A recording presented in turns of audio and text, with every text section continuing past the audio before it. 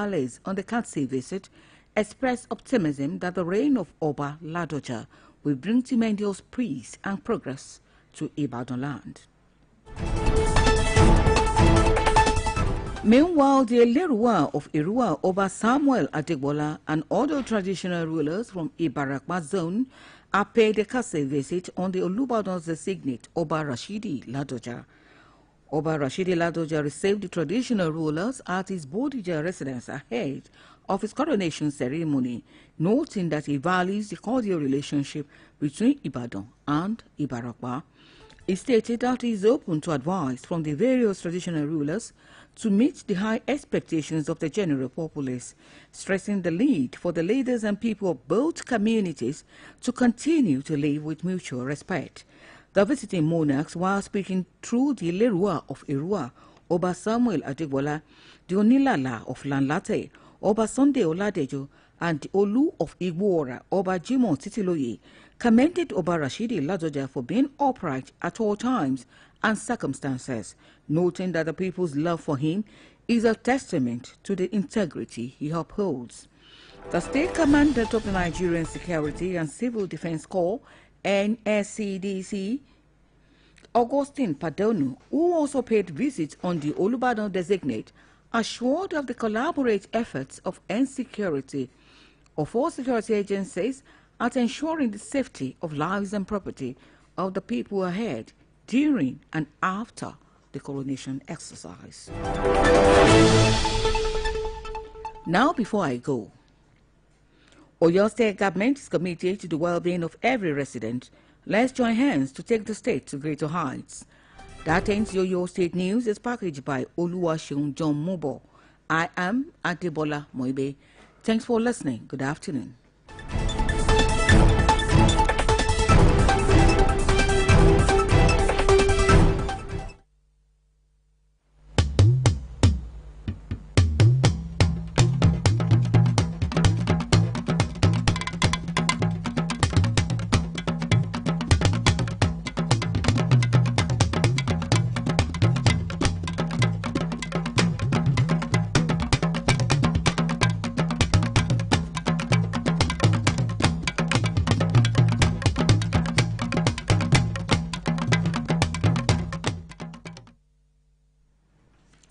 Ẹ káàsán, ìròyìn ìpínlẹ̀ Ọ̀yọ́, Olúwaṣeun Akínọ̀ṣun ni oníròyìn yín.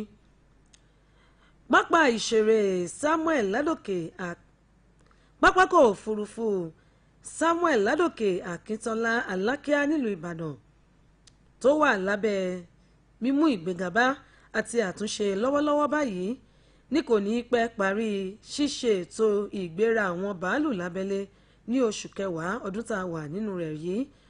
Alága ìgbìmọ̀ tó ń mú ìgbéga máa pápákọ̀ òfurufú náà, ọ̀gbẹ́ni Bímbọ́ Adékànbí, ló ti sọ lójú ọ̀rọ̀ yìí lásìkò tó ń bá ìkọ̀ròyìn iléeṣẹ́ wa BCOS sọ̀rọ̀ lórí ibi tí iṣẹ́ dé dúró lórí pápákọ̀ òfurufú náà.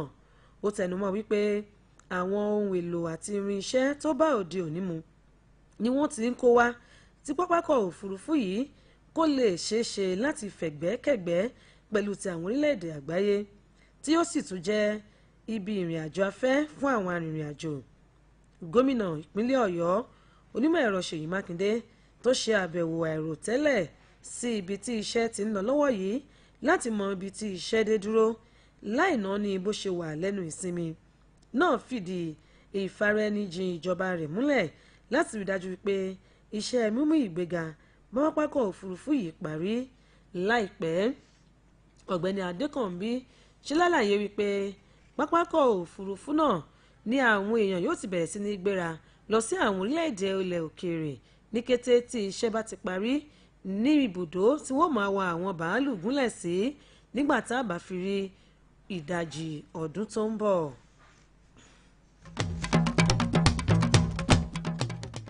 Olúbàdàn ti ipò kàn nílẹ̀ Ìbàdàn Ọba Rashidi Adéwọ̀lú Ládọjà ti pàṣẹ fún àwọn ọba àlàyé nínú èyí tí a ti rí àwọn baálẹ̀ nílẹ̀ Ìbàdàn àti agbègbè rẹ̀ láti máa dènà iṣẹ́ ọwọ́ àwọn gbalẹ̀gbalẹ̀ ní agbègbè kó wa wọn. Ó pàṣẹ yìí lásìkò tó ń gbàlejò àwọn ìgbìmọ̀ lọ́balọ́ba àtàwọn baálẹ̀ tó ṣe àbẹ̀wò sí ọ̀dọ̀ rẹ̀ ṣáájú ayẹyẹ ìfinijoyè Olúbàdàn 44 tí yóò wáyé.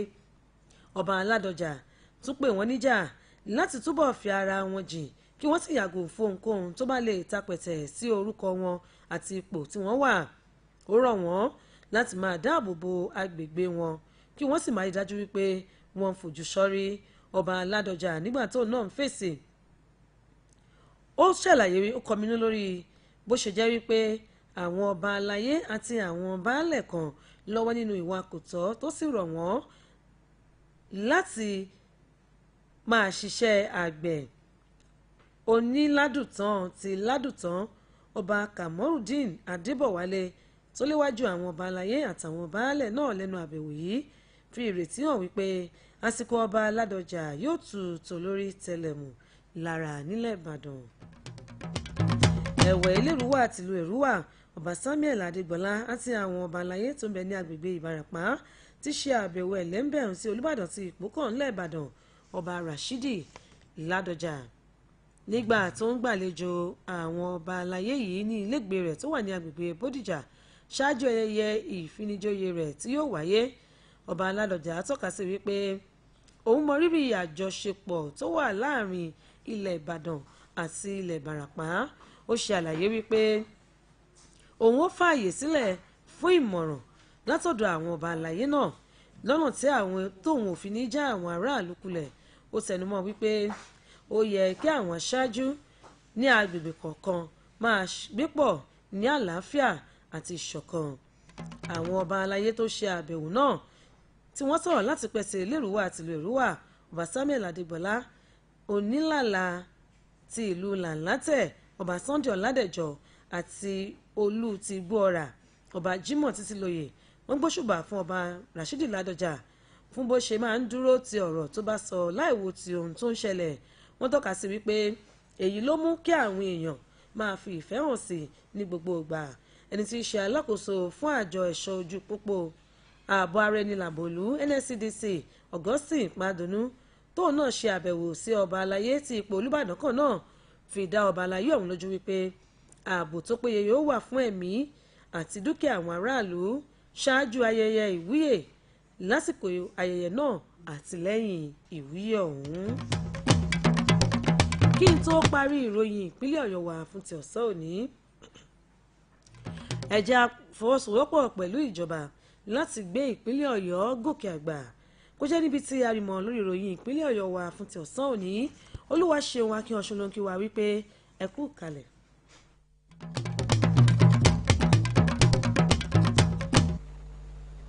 Oluyole FM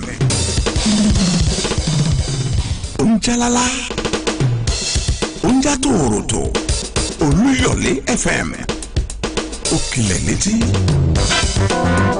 Oluyole FM ó báradọ́gba kiri sìn bí ọmọ àwélé ó já gàràgà ní fara olùkọ́yìn tètò tó ń retí ròyìn ní yọ̀gbà ajídára bí èso ẹ̀lú fi ká fábẹ́lá tẹ̀ 98.5 FM ìkòkò ọbẹ̀ fún gbogbo ẹlẹgbẹ́ tó kù máa gbọ́ lọ. Oluyole FM 98.5. Oluyole FM 98.5. It's 11 minutes past 3 on Oluyole 98.5 FM Ibadan. It is time for another engaging editions of the program Searchlight with Tola Teriba. Stay tuned.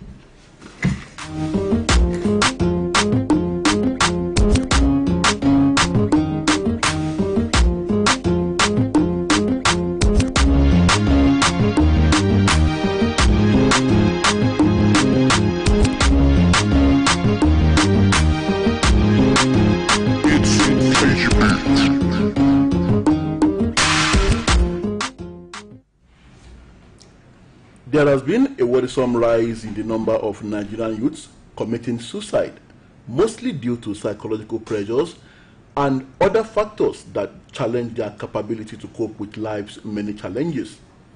Suicidal thoughts and tendencies have also been fueled by feelings of low self-esteem, poor morale, and failures in a difficult social terrain where the story is that of survival of the fittest.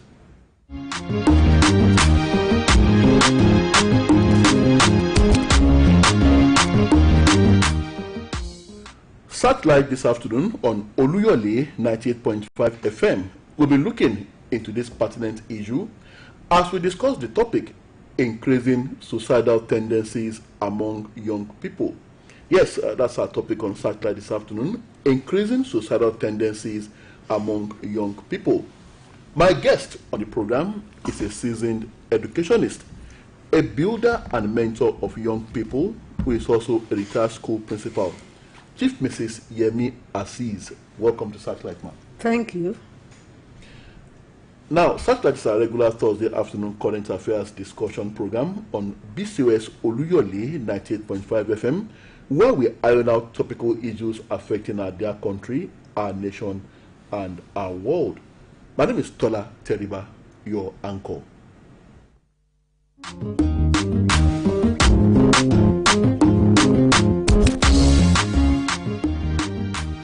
Right now to business and Chief Mrs. Yemi Aziz, you are welcome to the program once again.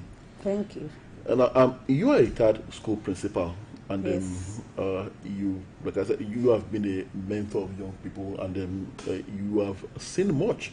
You have watched them grow. Yes. And you have helped to mold character as well as in learning, as they say. Now, why do you think today's youth are not as psychologically fortified as the young people of yesteryears? And why do they get so easily overcome by even the minutest challenges of life? Thank you very much. Youths of today are a little bit depressed. Psychologically, they are found wanting because of the parents, how they are brought up, how these youths are brought up by the parents. Gone are the days when parents will encourage students to be themselves, will encourage their children to be themselves.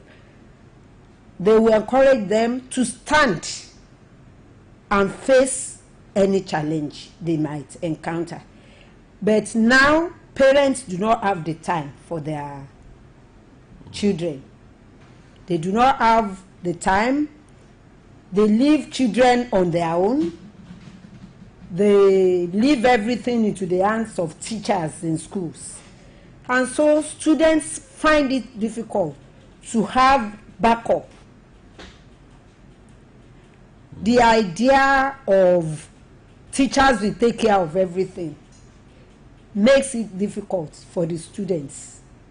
Whereas students stay with teachers for about 6 hours in a day. And teachers more or less look into the academic performances. Okay. With less attention, with not much attention in their psychological being. But why should this be? The teachers are supposed to be trained for that. They are supposed to be able to also look into their psychological being. I guess that is the whole essence of teacher training. Yes, yes.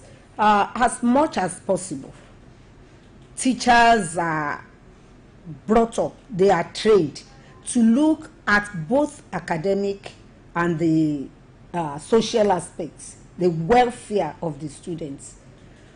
But due to what has come up in the society, if you look at any students, you see traces of depression, and you call on parents, come to your child's school, we need your attention. Parents might not come, and majority of the students live with their grandparents, the old people. They live with their grandmother, their grandfather, and so when you call these grannies and they come, they don't understand what you are saying.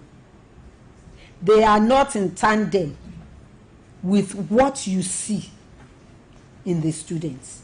So therein lies the problem. You want to call on the parent, the biological parents, there's no time for them. They will say they have no time. And then the child will say, I'm living with my grandma and grandpa. Okay, let your grandma and grandpa come. When those people come, when the grandparents come, it's another thing they will be saying. So the teacher is handcuffed. There's nothing much the teacher can do. Let us look at the mechanisms for correction, especially at the home, which is the foundation. The saying, correct in love, is quite common nowadays. I hear that over and over again. Yes. So where do you draw the line between love-based correction being too harsh and the tendency to spoil the child? As you may know, certain cases of youth suicide has been blamed on harshness of parents. What are your thoughts? I may not say harshness of parents. Suicidal attempts or ideation by students does not mean the parents are harsh. It may mean various things. It may mean various things, like a child that is depressed, a child that is that wants suicide as the last thing. They may not be harsh on such a student. It may be peer influence. It may be peer influence. It may be bullying. Okay. It may be drug abuse. So it does not really mean harshness on the. Where are the harsh parents now? We don't have harsh parents as in the days of the old. It is our parents, the adults, people in my own category. Our parents are tough. They want to mold you in a way that you know what life means. But parents of nowadays, they are engrossed in their business, their career, and everything. And they leave these children in the hands of carers, in the hands of teachers. Those parents you are talking about, like I said, I've heard this thing, correcting love, over and over again. And to me, well, my thoughts here, it looks to me like an invitation to spoil the child. Correct in love, yes. If you correct in love, the child may think this person loves me, and so will have a haven with the person that is correcting. You draw out what is troubling him. You'll be able to talk with the person if you correct in love. You'll be able to tell you what is wrong with him or her if you correct in love. But if it is the opposite, it will draw away the child. The child will run from the person that wants to correct. So, in the olden days, teachers, supervisors, those in the education department, they believe you have to beat, use the cane. Whereas it is wrong. Even if you want to use the cane, the child will know himself or herself that what he has done is beyond correction. But the religious books also recommend the cane. I mean, the good books also recommend the cane. The cane, spare the rod and spoil the child as much as possible. Nowadays, education has moved away from beating, especially from punishment, hard corporal punishment. We have moved away from that. More so, the teacher is not empowered to beat. The teacher is not empowered to use harsh words on students. The best thing, talk to the students, admonish them, tell them what the future has for them, then ask for their parents if they are available, if they are ready to come. But how come your generation, my generation, didn't contemplate many of us didn't contemplate suicide, despite how tough, how harsh our parents were? Yes. at that time. So what has changed? What has gone wrong? I will take it from the religion perspective. In our time, children are taken to churches, mosques, and those that are of the other religion, the third religion, children are taken when they have services. They are taken there, and there they preach salvation. Oh. They preach salvation. It is not preaching of prosperity. It is not teaching of healing as we do now. So children of those days are taught in religious activities that will take them to heaven. They might have taught us consciously or unconsciously about the evil of suicide. They will tell you, even the man that let Jesus out, if he had not committed suicide, maybe God would have forgiven him. They will teach you all those things. But nowadays, parents do not have time. Even if they take their children to church, churches now teach them how to dance. Churches do not teach salvation as it used to be. So the suicidal ideation is there. Then the love of money. Those times in the olden days, your parents will tell you, "Mama, anything you want." That's admonition. Your parents will say, "Don't spoil my name. It is my father's name, and that is how it is passed to me. I will pass it to you very well. I will pass it to you so that you pass to your own children." There is no love of money. Then, apart from that, you bring a friend home.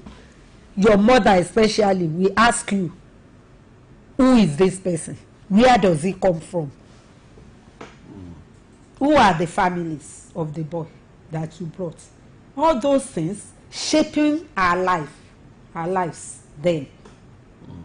Oh, you're reminding me of the good old days. Good old days. You cannot just do what you like. And you go, I could remember when we were growing up, it used to be 4 o'clock when the television will come up. It's not all day round. 4 to 8 or 4 to 9. Now the issue of the media is also helping about this thing. Okay. Children will watch several games, will watch several plays, those that are negative. Okay. And so they learn all these things there. Okay, so you think the social media is also culpable? Is also culpable. The love of money is also culpable. Peer influence. Okay, now what are the things to look out for as a parent or guardian to know if a child or ward has suicidal tendencies? Look out for depression. A child that normally plays with peers, that comes home on time, a child that will talk with you, that will take advice with you, now suddenly becomes withdrawer generally is one of the signs. A child that has become a bully, that has not been so, then suddenly he becomes a bully. You know, the second cause of death in children, in students, is suicide. That's the second cause of death. And it affects, suicide will not come in age 1, in age 2, the suicidal thoughts will not come in age 1, age 2. It comes during the adolescence as adolescent years, between 10 and 17. That is when students or children have suicidal ideation. That is when they have the idea to commit suicide. So parents should look at their children or their wards. Look for signs of depression. Look for signs of drug use. Look for signs of bullying.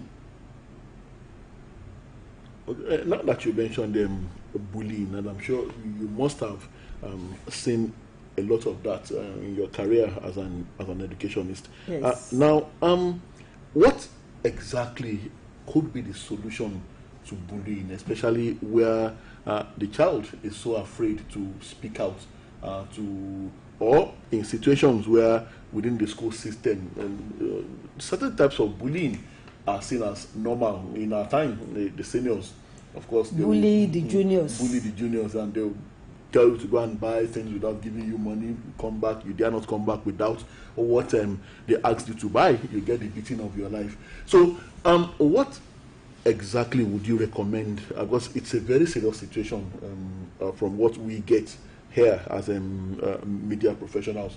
That bullying is a very serious thing in schools right now, Yes. and more so that teachers are also not empowered as such to use corporal punishments. That would have been able to curb the bullies. So, what do you think is the solution to bullying? Sustainable solution to bullying in schools? Bullying in schools has been a menace. It's very difficult. It's very difficult to administer in schools nowadays, and I think it's the society that causes bullying.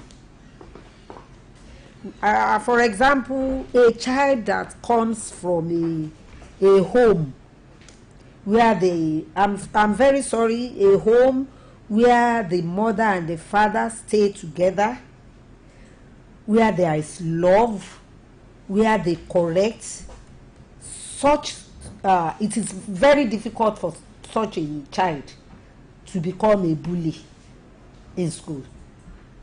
But where you have a single mother taking care of a child, where you have the father beating the mother in front of the child ends up being a bully.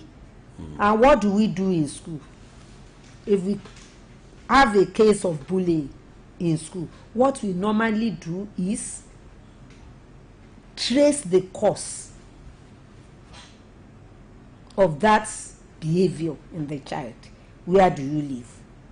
Who are you living with? Which type of the town are you living? When you close from school, where do you go? Majority, at least 99% of students now go to learn trade after school hours. And so they come in contact with these touts and people, different type of people outside.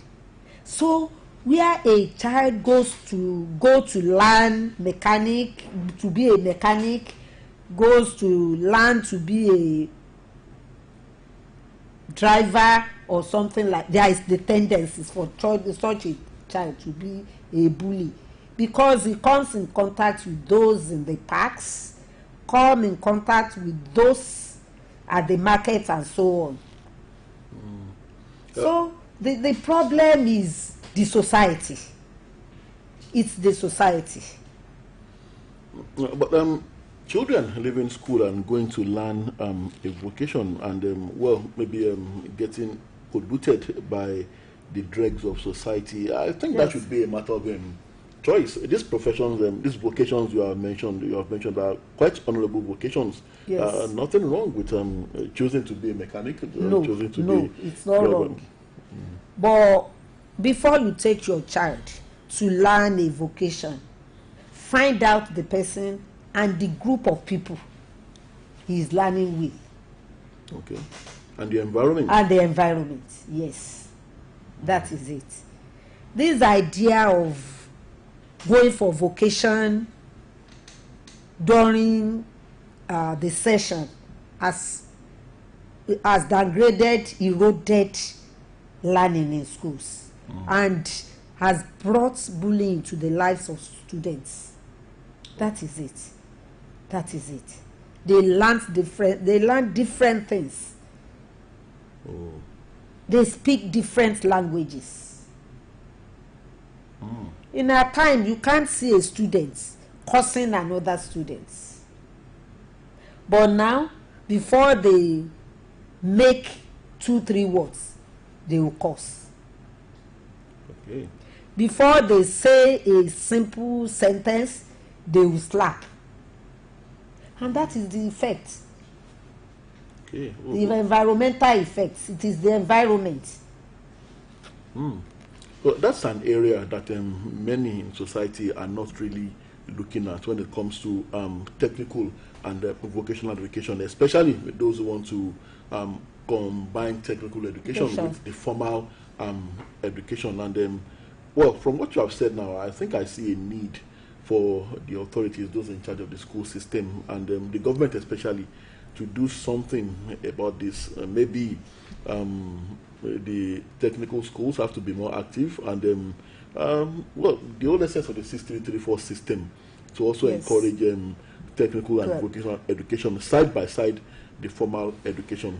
Like I said, this is an area that many people, you are just enlightening, I'm sure, quite a lot of people here that they're not really thinking about. That, now, there is the misconception about technical colleges.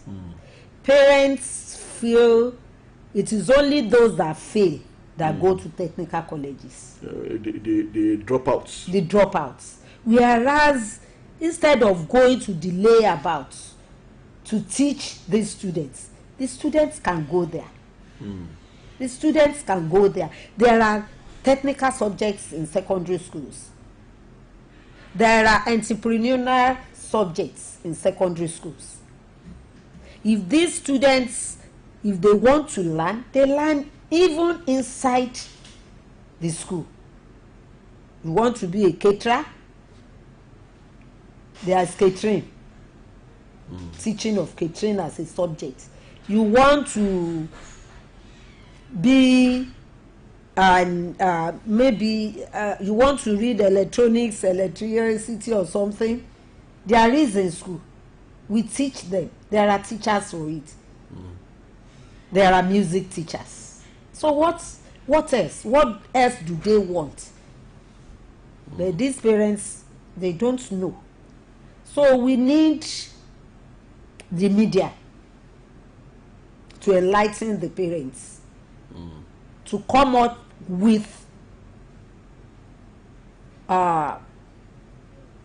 various ways to enlighten them. Still on the school system, and there is a particular area that I want to shed a light on. Okay. Now, how encouraging or functional are guidance and counseling units, especially in secondary schools, or is it that they no longer exist? One would think that part of their responsibilities is to save students with suicidal thoughts, but then that can only happen where such guidance and counseling units do exist, and where young people in school are truly encouraged to bear their troubled minds. What has happened to the guidance and counseling units? The guidance and counselors are there. Even in Oyo State, I could remember when I was in service, my school, we have 3 guidance counselors. Okay. And we have several ways of reaching out to students. That's what we do in secondary school. Secondary schools are equipped with guidance counselors. I don't think we have any school without a guidance counselor in Oyo State. There are guidance counselors. And we used to have the literary and debating something every week. It may be Wednesday, it may be a Wednesday, a Thursday. My previous school, we have it on Wednesdays. And what we tell them is, if you have any problem, don't write your name. Just write the problem you have and just put in a basket. The guidance counselor will pick it up. She will read it. Then she will make it a topic of discussion with all the students at large. We discuss it, we tell them the pros and cons. So the student that has written it will know that that they are treating his or her problem. And if it is a very, very tough one, we have a means of knowing the students. We will call the students, we talk, even we go to their houses. There is a case of a girl being molested by the stepfather. Okay. She wrote it and put it in there. At the end of the day, we discussed it, no to sex something. And by the time that girl came herself and said, I wrote it. And we took the child to the JPDC. They invited the man. And the ministry took it up.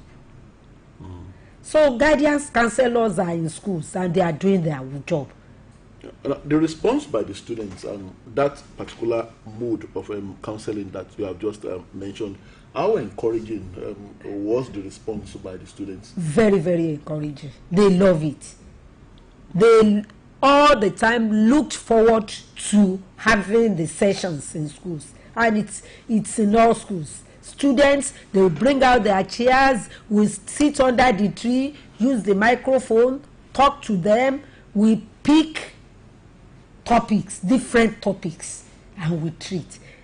They may even come, Mommy, we want you to talk about so next week, and we will discuss it. And they are free with the guidance counselors. I think all the schools have counseling rooms where it is only the counselor that will sit, so that there will be no interference, so that there will be secrecy. Why I'm dwelling so much on this? Because for me, for every student that decides to take his or her own life, either in secondary school or beyond secondary school, for me, it seems as if it's a reflection of the failure of the guidance counselor in whatever school that child has passed through. So that's why I'm dwelling so much on this. If they have been doing their jobs, why do we still have so many of them decided to take their lives? For a child to have suicidal thoughts, that students must have passed through 3 different stages. Okay. First, the child will have the idea.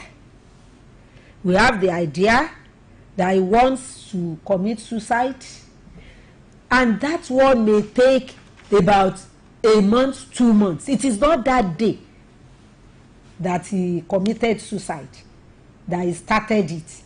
He could have been having the idea without the parents knowing about it, without the school knowing about it, without friends,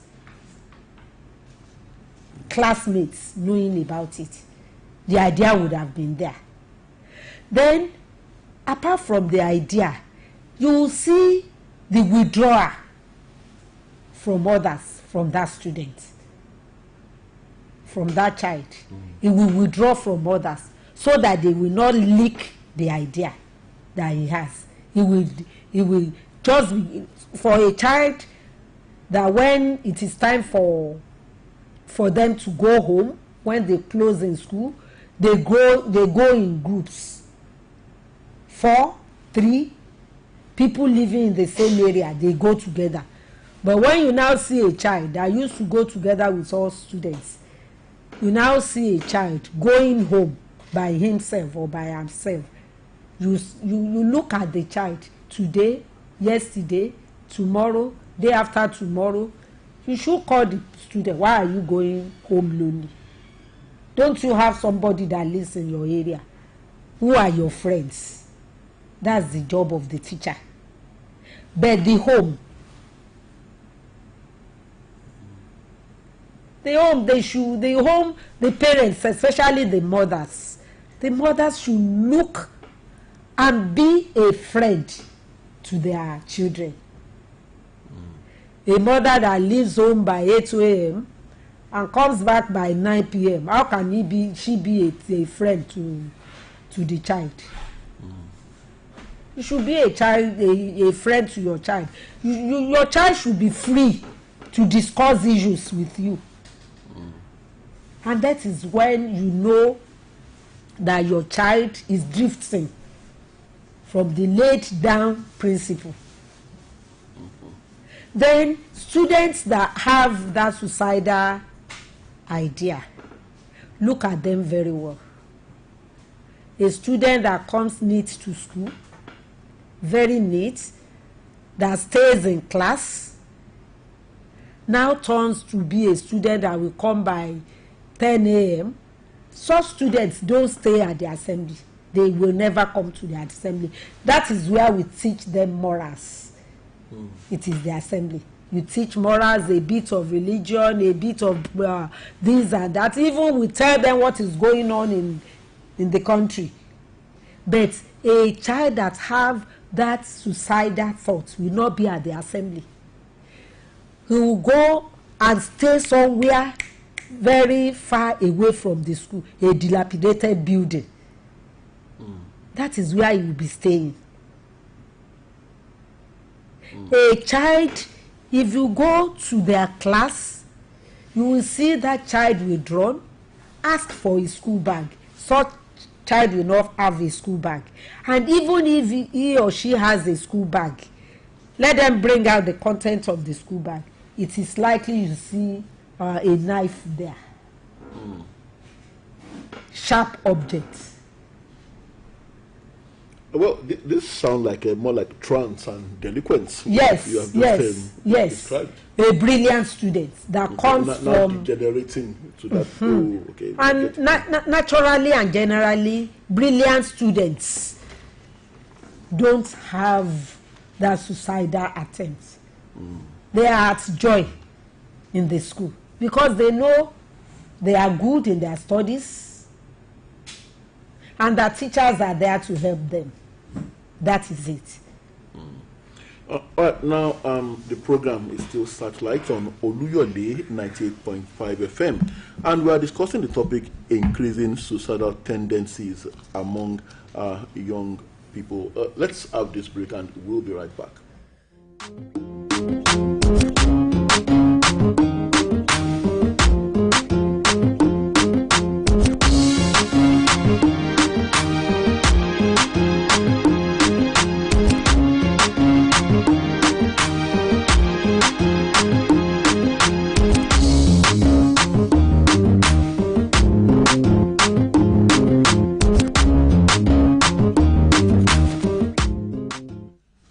It's good to know you are still there, and the program is still Searchlight on Oluyole 98.5 FM on the stables of the Broadcasting Corporation of Oyo State.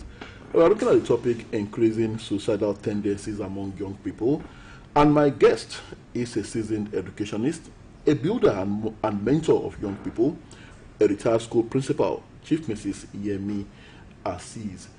And it's your turn. Time to be part of the program, our highly esteemed audience. We welcome your questions and contributions on Satellite this afternoon.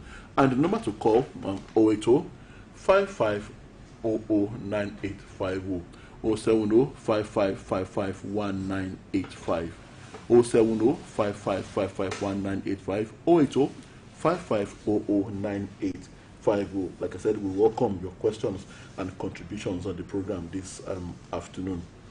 Now, Chief Mrs.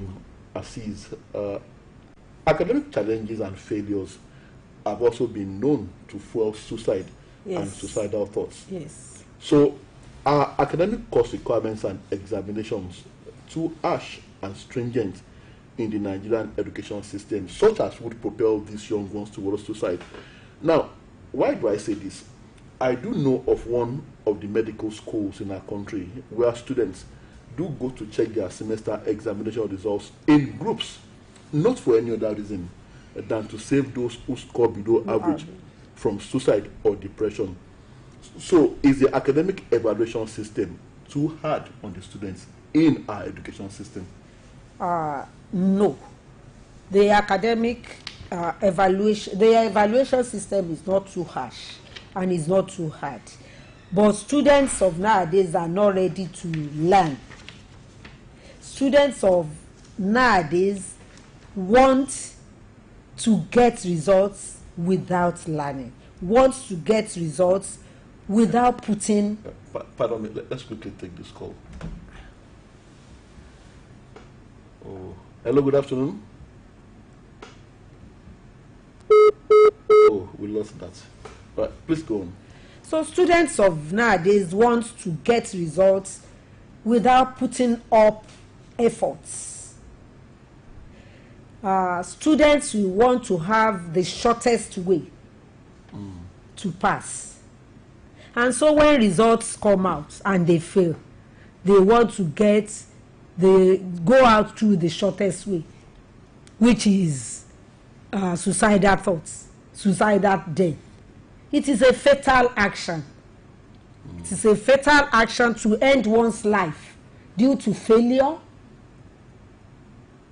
And so when they refuse to read, when they refuse to learn, there is the tendency to have suicidal thoughts. Then parents, I come back to parents again. Parents that will force their students, their children to do certain courses. You should know the capabilities of your ward or your child. A child that you know is average or below average in sciences, how, for God's sake, do you want him to go for medicine? So enforcing students to study to be in certain disciplines is also part of the problem. Okay, when parents try to force their children and wards to undergo certain courses where they do not have the flair. Of course.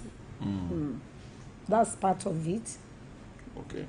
Now, okay, let's take this call. Hello, good afternoon. Hello. Hello, good afternoon.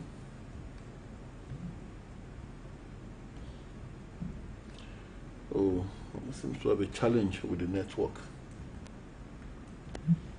Hello, good afternoon. Please do well to call us back.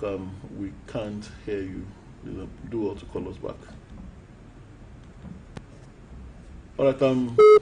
Young people are also known to have taken their own lives due to disappointments in love relationships. Yes. Now, how should contemporary young people handle love relationships so as to cope with disappointment if and when it does come? I'm talking about those in tertiary institutions. In tertiary, they should have it in mind that there is a man for every woman. And a woman for every and man. a woman for every man. They should have that in mind. It is not the end of life. If a lover jilts you, you'll find another one. It's not compulsory. Just be at peace with yourself. Look out for another one. And everything will fall in line.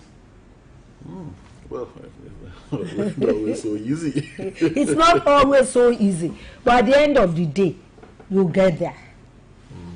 It's not always so easy, but you get there at the end of the day.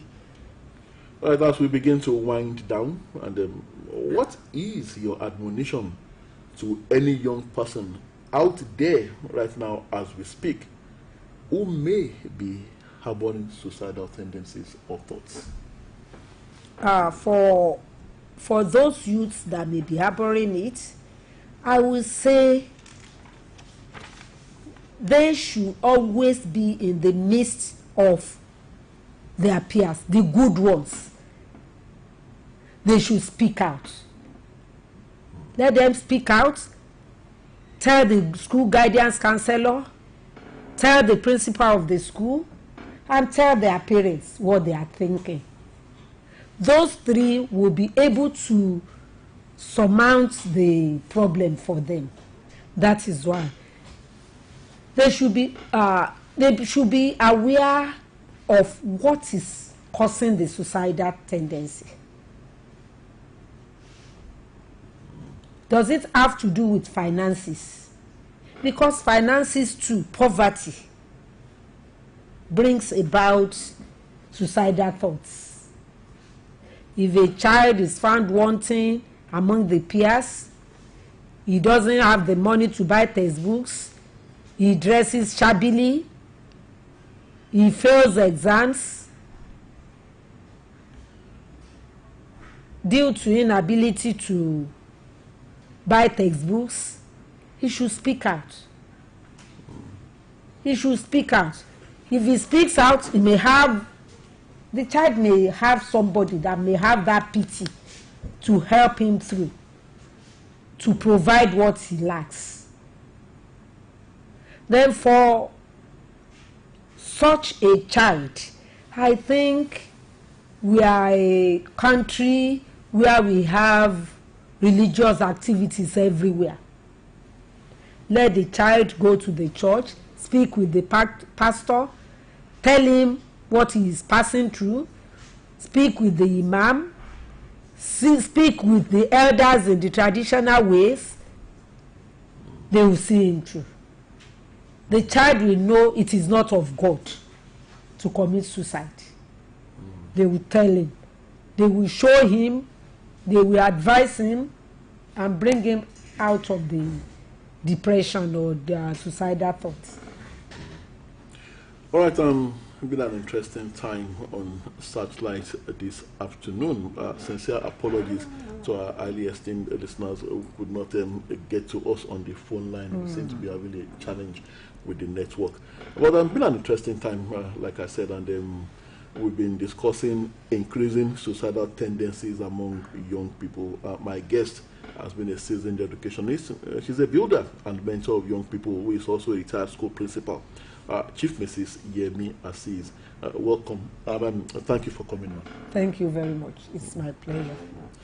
Right, next week is another time when we will be discussing another topical issue on our current affairs discussion program, Searchlight on Oluyole 98.5 FM. So then, I'm your anchor on the program, Tola Teriba. Bye-bye.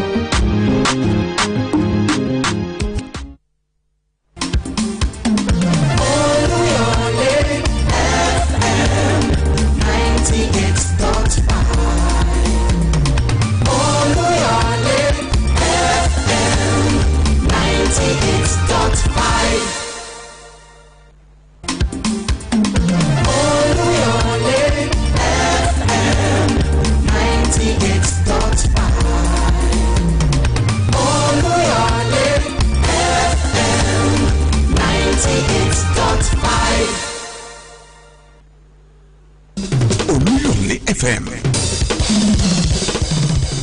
Unjalala. Unjatoroto. Oluyole FM. Okileniti. Oluyole FM Obaradogba Kirisin bí ọmọ àwélé ó já gàràgà ní fara olùkọ́ni tètò tó ń retí ròyìn ní yùngbà ajídára bí ìṣù ẹ̀lú fi ká fábẹ́lá tẹ̀ 98.5 FM ìkòkò ọbẹ̀ fún gbogbo ẹlẹgbẹ́ tó kù máa gbọ́ lọ.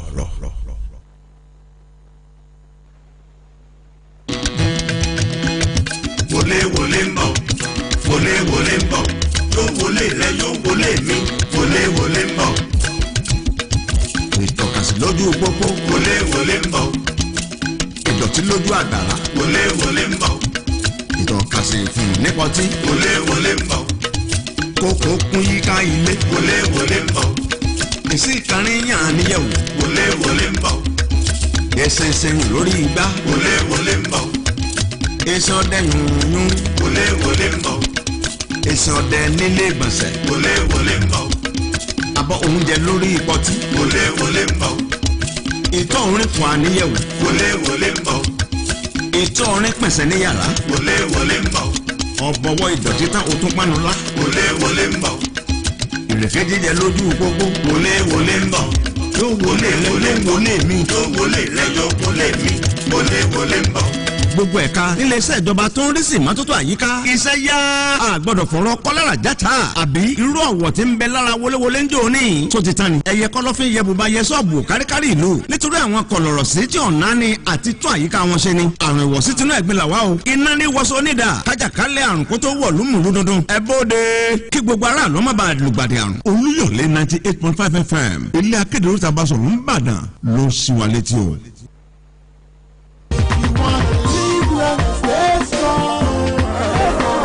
Alafia Tayo, healthiness equals happiness. Ìlera ṣe kókó, ìlera ṣe pàtàkì nínú ìgbésí ayé ẹ̀dá. Tá bá wà láyé tí ìlera ò pé, báwo gan la ṣe fẹ́ lo ìgbésí ayé ọ̀hún láti jẹ́ ká wà lálàáfíà. Ní ìkànnì Olúyọ̀lé 98.5 FM ṣe ṣe àgbékalẹ̀ ètò Alafia Tayo, healthiness equals happiness. Health is wealth, so is happiness. Stay active, live life anew. Join us for active living and a life renewed on Oluyole 98.5 FM for your daily health guide every Thursday at exactly 5 minutes past 4 to 5 p.m. Tune in with pride. Healthiness equals happiness. Ẹ pàdé wa ní gbogbo ọjọ́ Thursday láago 5 kọjá ìṣẹ́jú 4 títí di aago 5 ìrọ̀lẹ́. Alafia Tayo, healthiness equals happiness.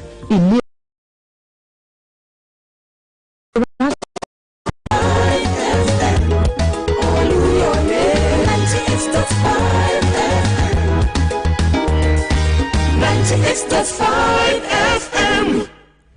It's 4 o'clock.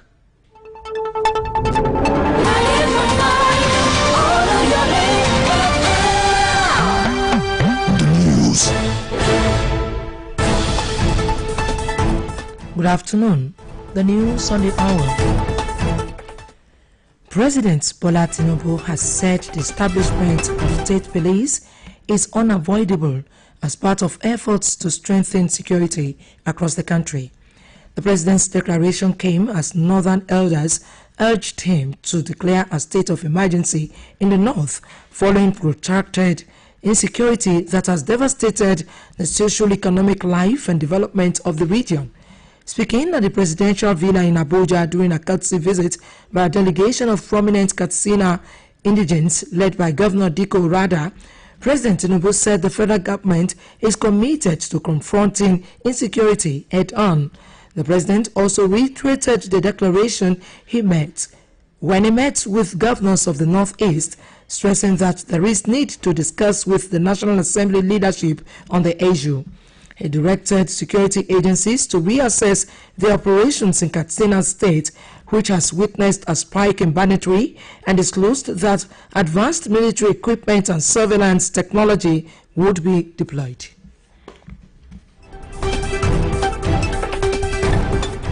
The federal government has assured equitable development and prosperity for all Nigerians, irrespective of political affiliation, regional orientation, tribal or religious backgrounds.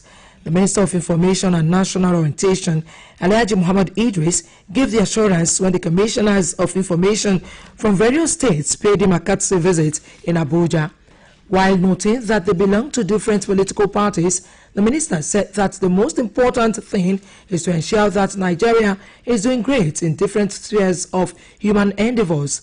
Alhaji Idris further stated that if the commissioners of health, agriculture and other sectors could usually come together with their counterparts at the federal level and discuss on the way forward, things would go well for the country. According to him, Tinubu is for the good of every Nigerian, irrespective of political party, and that is why governors from opposition parties are always with him. And that ends the news on the hour.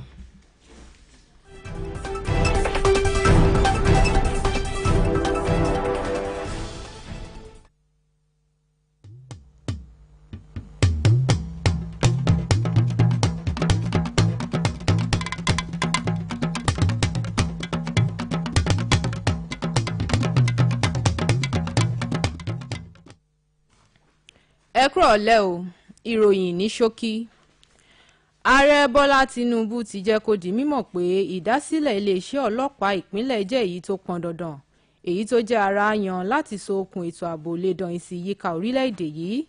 ààrẹ tinubu fìdí ọ̀rọ̀ yìí múlẹ̀ lẹ́yìn tí àwọn àgbààgbà ní ẹkùn àríwá ilẹ̀ yìí rọ̀ ọ́ láti kéde ìlú òfararọ ní ẹkùn ọ̀hún nítorí ètò ààbò tó mẹ́ẹ̀ èyí tó mú kí ètò ọrọ̀ ajé àti ìdàgbàsókè ẹkùn ọ̀hún dagun. nígbà tó ń sọ̀rọ̀ nílé ìgbé ààrẹ nílùú àbújá lásìkò àbẹ̀wò ẹ̀ńlẹ́ńbẹ̀hún ikọ̀ aṣáájú àwọn èèkàn ọmọ bíbí ìpínlẹ̀ katsina tí gómìnà díkò rádà léwájú rẹ̀, ààrẹ tinubu sọ pé ìjọba àpapọ̀ fi ara rẹ̀ jìn fún kíkojú ètò ààbò tó mẹ́ẹ̀ nílẹ̀ yìí. ààrẹ tinubu tún fìdí ọ̀rọ̀ yìí múlẹ̀ nígbà tó ń ṣe ìpàdé pẹ̀lú àwọn gómìnà ìlà oòrùn àríwá ilẹ̀ yìí, tún ṣàtẹnumọ́ rẹ̀ pé òun yóò gbé ìgbésẹ̀ láti gbé ọ̀rọ̀ náà ká wájú ilé aṣòfin ìpínlẹ̀ ilẹ̀ yìí. bákan náà ni ààrẹ pàṣẹ fáwọn ẹ̀ṣọ́ aláàbò láti ṣe àtúngbéyẹ̀wò ìṣọwọ́ ṣiṣẹ́ wọn nípínlẹ̀ katsina tí ìgbésùmọ̀mí ti gbilẹ̀. ó jẹ́ kó di mímọ̀ pé àwọn nǹkan ìjagun àti iṣẹ́ ìwádìí ọ̀tẹlẹ̀múyẹ́ ni wọn yóò ṣàmúlò rẹ̀. ìjọba àpapọ̀ ti fi dá àwọn ọmọ ilẹ̀ yìí lójú pé ìdàgbàsókè tó dọ́gba yóò wà fún wọn láì fi ti ẹgbẹ́ òṣèlú, ẹkùn, ẹ̀yà tàbí ẹ̀sìn tí wọ́n ń ṣe. mínísítà fétò ìròyìn alhaji mohammed idris ló sọ̀rọ̀ yìí lásìkò tí àwọn kọmíṣánná fétò ìròyìn láwọn ìpínlẹ̀ tí ń bẹ lórílẹ̀‐èdè yìí ṣe àbẹ̀wò ẹ̀ńlẹ́ńbẹ̀hún sí i nílùú àbújá. nígbà tó ń ṣàtẹnumọ́ rẹ̀ pé ẹgbẹ́ òṣèlú wọn ṣọ̀tọ̀ọ̀tọ̀, mínísítà náà sọ pé ohun tó ṣe pàtàkì jù ni láti rí dájú pé orílẹ̀‐èdè nàìjíríà ń gbèrú sí i ní gbogbo ọ̀nà. alhaji idris fi kún ọ̀rọ̀ rẹ̀ pé bí àwọn kọmíṣánná fétò ìlera, kọmíṣánná fétò ọ̀gbìn àtàwọn ẹ̀ka yòókù bá lè fìmọ̀ ṣọ̀kan pẹ̀lú àwọn akẹgbẹ́ wọn ní ẹ̀ka iléeṣẹ́ ìjọba àpapọ̀ láti jíròrò lórí ọ̀nà àbáyọ, ohun gbogbo yóò máa lọ lẹ́sọ̀lẹ́sọ̀ lórílẹ̀‐èdè yìí. gẹ́gẹ́ bí ó ṣe wí, ààrẹ tinubu wà fún ìlọsíwájú àwọn ọmọ ilẹ̀ yìí láì fi tẹgbẹ́ òṣèlú ṣe. ìdí nìyí táwọn gómìnà láti ẹgbẹ́ òṣèlú alátakò ṣe ń wà pẹ̀lú rẹ̀ nígbà gbogbo. ìròyìn ní ṣókí kò ní jù báyìí lọ. ẹ ṣé tẹ̀ ń gbọ́ wa.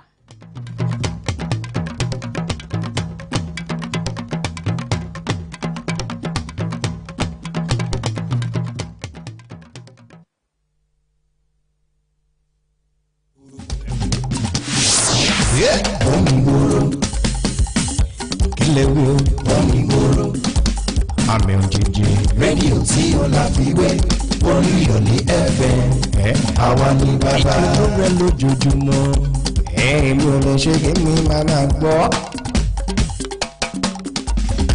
Oluyole FM ń bàbá orin tìlú àṣà èdè ìmọ̀ràn ẹ̀fẹ̀ ìmọ̀ràn ìròyìn lẹ́kùnrẹ́rẹ́ olókìtì bí ọkọ ọba kò sí ní gbọ́. Oluyole FM 90.5 ìdùnnú rẹ ní lójoojúmọ́.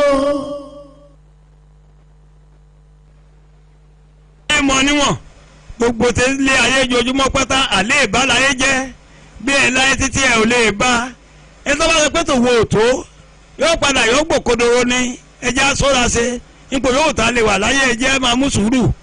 ìtẹ́lọ́rùn ní pàtàkì ẹnìkan ò lówó lọ́wọ́ kó tó rí, ẹnìkan ò lọ́lọ́lá kó tó rí, ẹnìkan ò níkò kó tó rí. bí ọba láyé títí o lè má lè bá, o lè bá kó o má lè mú, o lè mú kó o má rí lò, ọjọ́ ṣe sùúrù. ìlọ́lọ́lá pẹ́tò wo ò tó mo ní yóò padà yóò pò kodoro ni ohun tó ní ọjọ́ jẹ́ ọ máa tó ẹ ọ̀pọ̀lọpọ̀ wọ́n dọba tẹ́ ṣọ́ọ̀fẹ́ ní Elédùmarè ọba ní ipò aṣíwájú náà ọba lọ́tọ́ ńlé ó dá sófin tẹ́ olébẹ̀tẹ́ àbí àti ń bájọ́ lórí ilé ìgbà sófin ń bájẹ́ gómìnà wọ́n padà wọ́n ṣàárẹ̀ ọ̀ṣàárẹ̀ tán ọbẹ̀dẹ̀ ní tí ó máa ṣàárẹ̀ àgbáyé tí ó jẹ́ ní tí ó máa gbogbo èèyàn sípò. èmi ò mọ̀ kò téèyàn dé láyé tọmọ ẹ̀dá gbàtẹ́ lọ́rùn ni àfikún nìkan ní tọmọ ẹ̀dá lọ́rùn ẹ gbàtẹ́ lọ́rùn ilé tó kọ́ yìí ipò tó ní yìí ọlá tó ní ọjọ́ fi sùúrù sí ebe yẹn ni òde kò tí wọ́n dé tí wọ́n wá ń dẹ́dẹ́dẹ́ ìwọ nìkan ní ọmọ ẹ̀dá ẹ̀já gbàtẹ́ lọ́rùn ọmọdé ní lórí àgbà nínú ìtàn àgbẹ̀ bá ń gbà bí ìtàn ọmọdé ẹ̀ bá ń sọ́ dórí bàbá kan ló wà nígbà kan àná ń jẹ́ olóòtólú bàbá olóòtólú àgbẹ̀ ní alóko rẹpẹtẹ ó sì lábà oko rẹpẹtẹ ó ní dúkìá rẹpẹtẹ ṣùgbọ́n gbọ̀ ya ó lọ sí ọ̀dọ̀ bàbá aláwo ó ní bàbá ẹja ìbá fún mi mo fẹ́ lọ́lá tó tayọ ọlá mo fẹ́ nípò tó tayọ òpò bàbá ní etí lọ́lá ó ní ètò owó ń bẹ tàbí ṣohun gbogbo bàbá wa sọ ohun tí ó ṣe fún ó ní kó tọ́jú iṣu alákísà tí wọ́n ń pè ní ìgángan àpótọ́mọdé ò lè kọ́ tí wọ́n ń pè lálùbọ́sà àbẹ̀ wèrè pè díẹ̀ èsìsì díẹ̀ kókó pọ̀ lọ́rọ̀ kan àwọn ogun lọ́sẹ̀ ni inú odò ni ó sì gun ìgbà tó débi tí ó ti gún ṣe kó gbẹ̀ lọ́rọ̀ kan wọ́n fún un ní gbólóhùn tí ó pè ní tí ó máa pèrè o bó ṣe ń gun ní pé ohun gbogbo kì í tó lè ohun gbogbo owó tí mo ní yóò tó ohun gbogbo kì í tó lè ohun gbogbo ọlá tí mo ní yóò tó ohun gbogbo kì í tó lè ohun gbogbo olóòtólú ohun gbogbo kì í tó lè gbogbo dúkìá tí mo ní yóò tó ohun gbogbo kì í tó lè ohun gbogbo òkìkí tí mo ní yóò tó ohun gbogbo kì í tó lè ohun gbogbo bí ṣe ń gun ní gbogbo nǹkan fọ́ sí lára ǹgbọ́ ya ń jára ǹgbọ́ àgbọ̀sọ ọbọ̀ tókè ọbọ̀ ìsàlẹ̀ alábàáhùn ló bá ń kígbe alọ́gbà bọ́ ló bá fún erégbà ní ìgboro lọ ní pé ohun gbogbo ètò lè ohun gbogbo ètò lè olóòtú olóòtú ètò gbogbo òkìbákẹ́ bàbá olóòtú olú ṣó ti ya kan ni ṣó ya wèrè ni ṣó ti ọlọ́pọlọ ni ṣáàrùn ọpọlọ ń bàjá ni kálukú ń sáré àwọn tí ń mú àwọn tí ń sá lọ làkú bá dé láàrin ló bá dé ní ètè láàrin ìgboro ló bá dé ẹni tó tẹ́lẹ̀ gba ẹ bá ń kígbe bàbá olóòtú olú ó di ẹni tó yẹ pé ó ṣe gẹ́gẹ́gẹ́ lárùn ọpọlọ ẹ̀rí ó padà wá tẹ̀ sí o ohun tó ti ní tí ò tó babaláwo wá ní wọ́n fi kọ́ ọlọ́gbọ́n ni wípé ohun tó ti ní ó ti tó bí ẹ̀ bá nẹ̀gà tí ohun tó wò tó olúwa rẹ̀ yọ padà jábọ́ ń gbẹ̀yìn àbùkù lọ ń wá o ń bí ọ̀yẹ́ ọdẹ ọjọ́ ìrora ṣe tí ò tí ì yọ báyìí ìwọ ọkùnrin ìwọ obìnrin tó yẹ pé ojoojúmọ́ bó bá ti dépò kan gbogbo ẹ̀ pátá lọ́ọ̀fẹ́ ó dépò ìwọ nìkan ni ẹjẹ́ á máa gbàtẹ́ lọ́rùn oníbi òṣèlú onípò náà mú tán aláwùjọ ìbílẹ̀ ló ti bẹ̀rẹ̀ aláwùjọ agbègbè ló fi bẹ̀rẹ̀ olúwa fẹ́ dalága ọ̀dalága ọ̀fẹ́ dasòfin ọ̀dasòfin bẹ́ẹ̀ lọ́ tó ń lọ bẹ́ẹ̀ ni òtún ẹ kí ló dé náà ẹ jẹ́jẹ́ ẹ ṣọ́ra ṣe kòtókòtó lẹ̀ dá ń lé kí ẹ̀rí nǹkan ẹ̀kọ́ lé Ìbàdàn ẹ̀kọ́ tèkó ẹ̀kọ́ tàbújá ẹ̀kọ́ ti Sókótó ẹ̀kọ́ Sálẹ́mbà ẹ̀kọ́ tìlú òyìnbó gbogbo bẹ́ẹ̀ ṣe kọ́ tó kọ̀tọ́ tí ì tó oyin ni ọkọ̀ tẹ́ ẹ̀kọ́ tá gbà láyìn yìí ń kọ́ rẹpẹtẹ kọ̀tọ́ tó oyin àfọlẹ̀ jíjà àfi jìbìtì lúlù kòtókòtó lẹ̀ ń wí gbogbo apáta ẹja sọ́ra ṣe kò sẹ́ni tó lè dépò tí ń fẹ́tẹ́ láyé o ẹja gbà tẹ́lẹ̀rùn tó ń gbogbo ni ẹni pé gbígbé òtóhun yọ padà gba kò sí rárá nígbẹ̀yìn tó àníwọ̀ ara bàṣẹ ara wa jẹ́lẹ́lẹ́ Elédùmarè ọba olúwa ọba ohun tá a bá ní ẹjẹ́ tó wa ẹ̀mí gígùn ní láti fi ló gbà abọ̀rẹ́ abẹ́lẹ́jọ́ ọ̀jẹ́ nìkẹ́ mo kẹ́yìn mo gbèdè dùn ló bá yẹ gbọ́ wọ́n lè wéré ọmọ ẹ̀kẹ́ ọmọ akóró ń pa kórìsùn òwéré léjẹ́ ogun ọmọ akọ́lé eré ìṣẹ̀dá àwéré òkèjẹ́ ogun ọmọ àlókè òkè ìlú tẹ́ ẹ bá mọ̀ ọjọ́ ọyẹ ẹgbẹ́ pa àjọ gẹ́gẹ́ tàbí ìkẹ́ni kẹ́rẹ́ kékeré ìwéré kẹ́wàá lọ rè é jó gbẹ̀dúgbẹ̀dúgbẹ̀dúgbẹ̀dúgbẹ̀dúgbẹ̀dúgbẹ̀dú. Oluyole FM 98.5. Oluyole FM. It's 11 minutes past 4 on Oluyole 98.5 FM Ibadan. Coming up next is Alafia Tayo. Healthiness equals happiness with Josephine Oluwabumi. Stay tuned.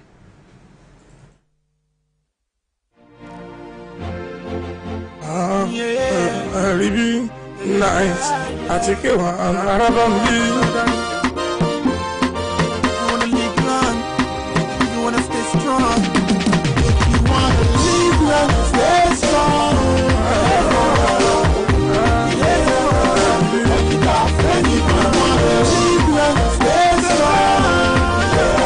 Ọlọ́run ọba tí mo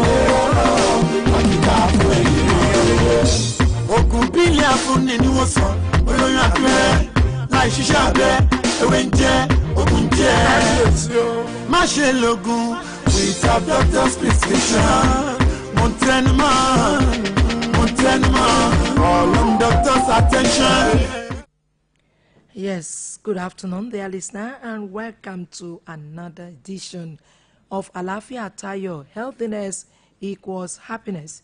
Your trusted companion for health, wellness, and balanced living on Oluyole 98.5 FM, Orita Bashonu, Ibadan. I am your host, Josephine Oluwabumi. And I'm so glad to have you with us on the program this beautiful Thursday afternoon. I will not be doing it alone. Abosede Olawale is here to guide you on our health tips segment. Kunle Adebambo and Omobolanle Boarba are the audio officers. Rofat Olanipoekun is the announcer on duty, while Shuai Busari is the engineer on duty. On their behalf, I welcome you once again onto the program Alafia Tayo on Oluyole 98.5 FM.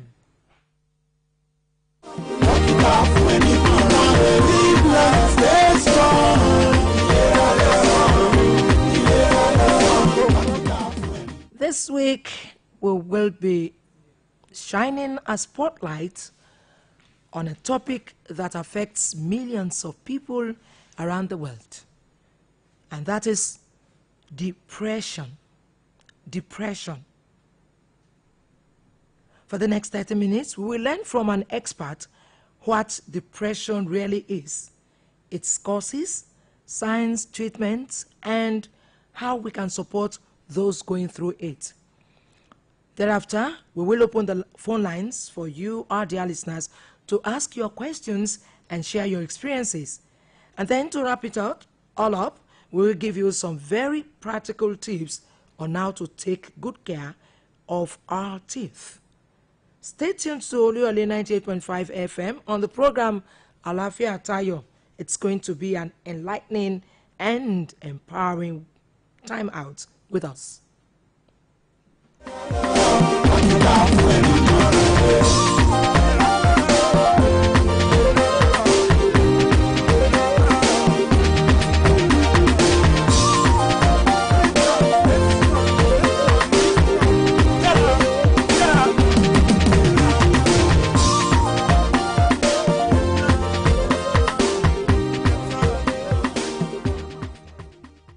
Ẹ káàsán ẹ̀yin èèyàn wa, a kí yín káàbọ̀ sórí ètò wa.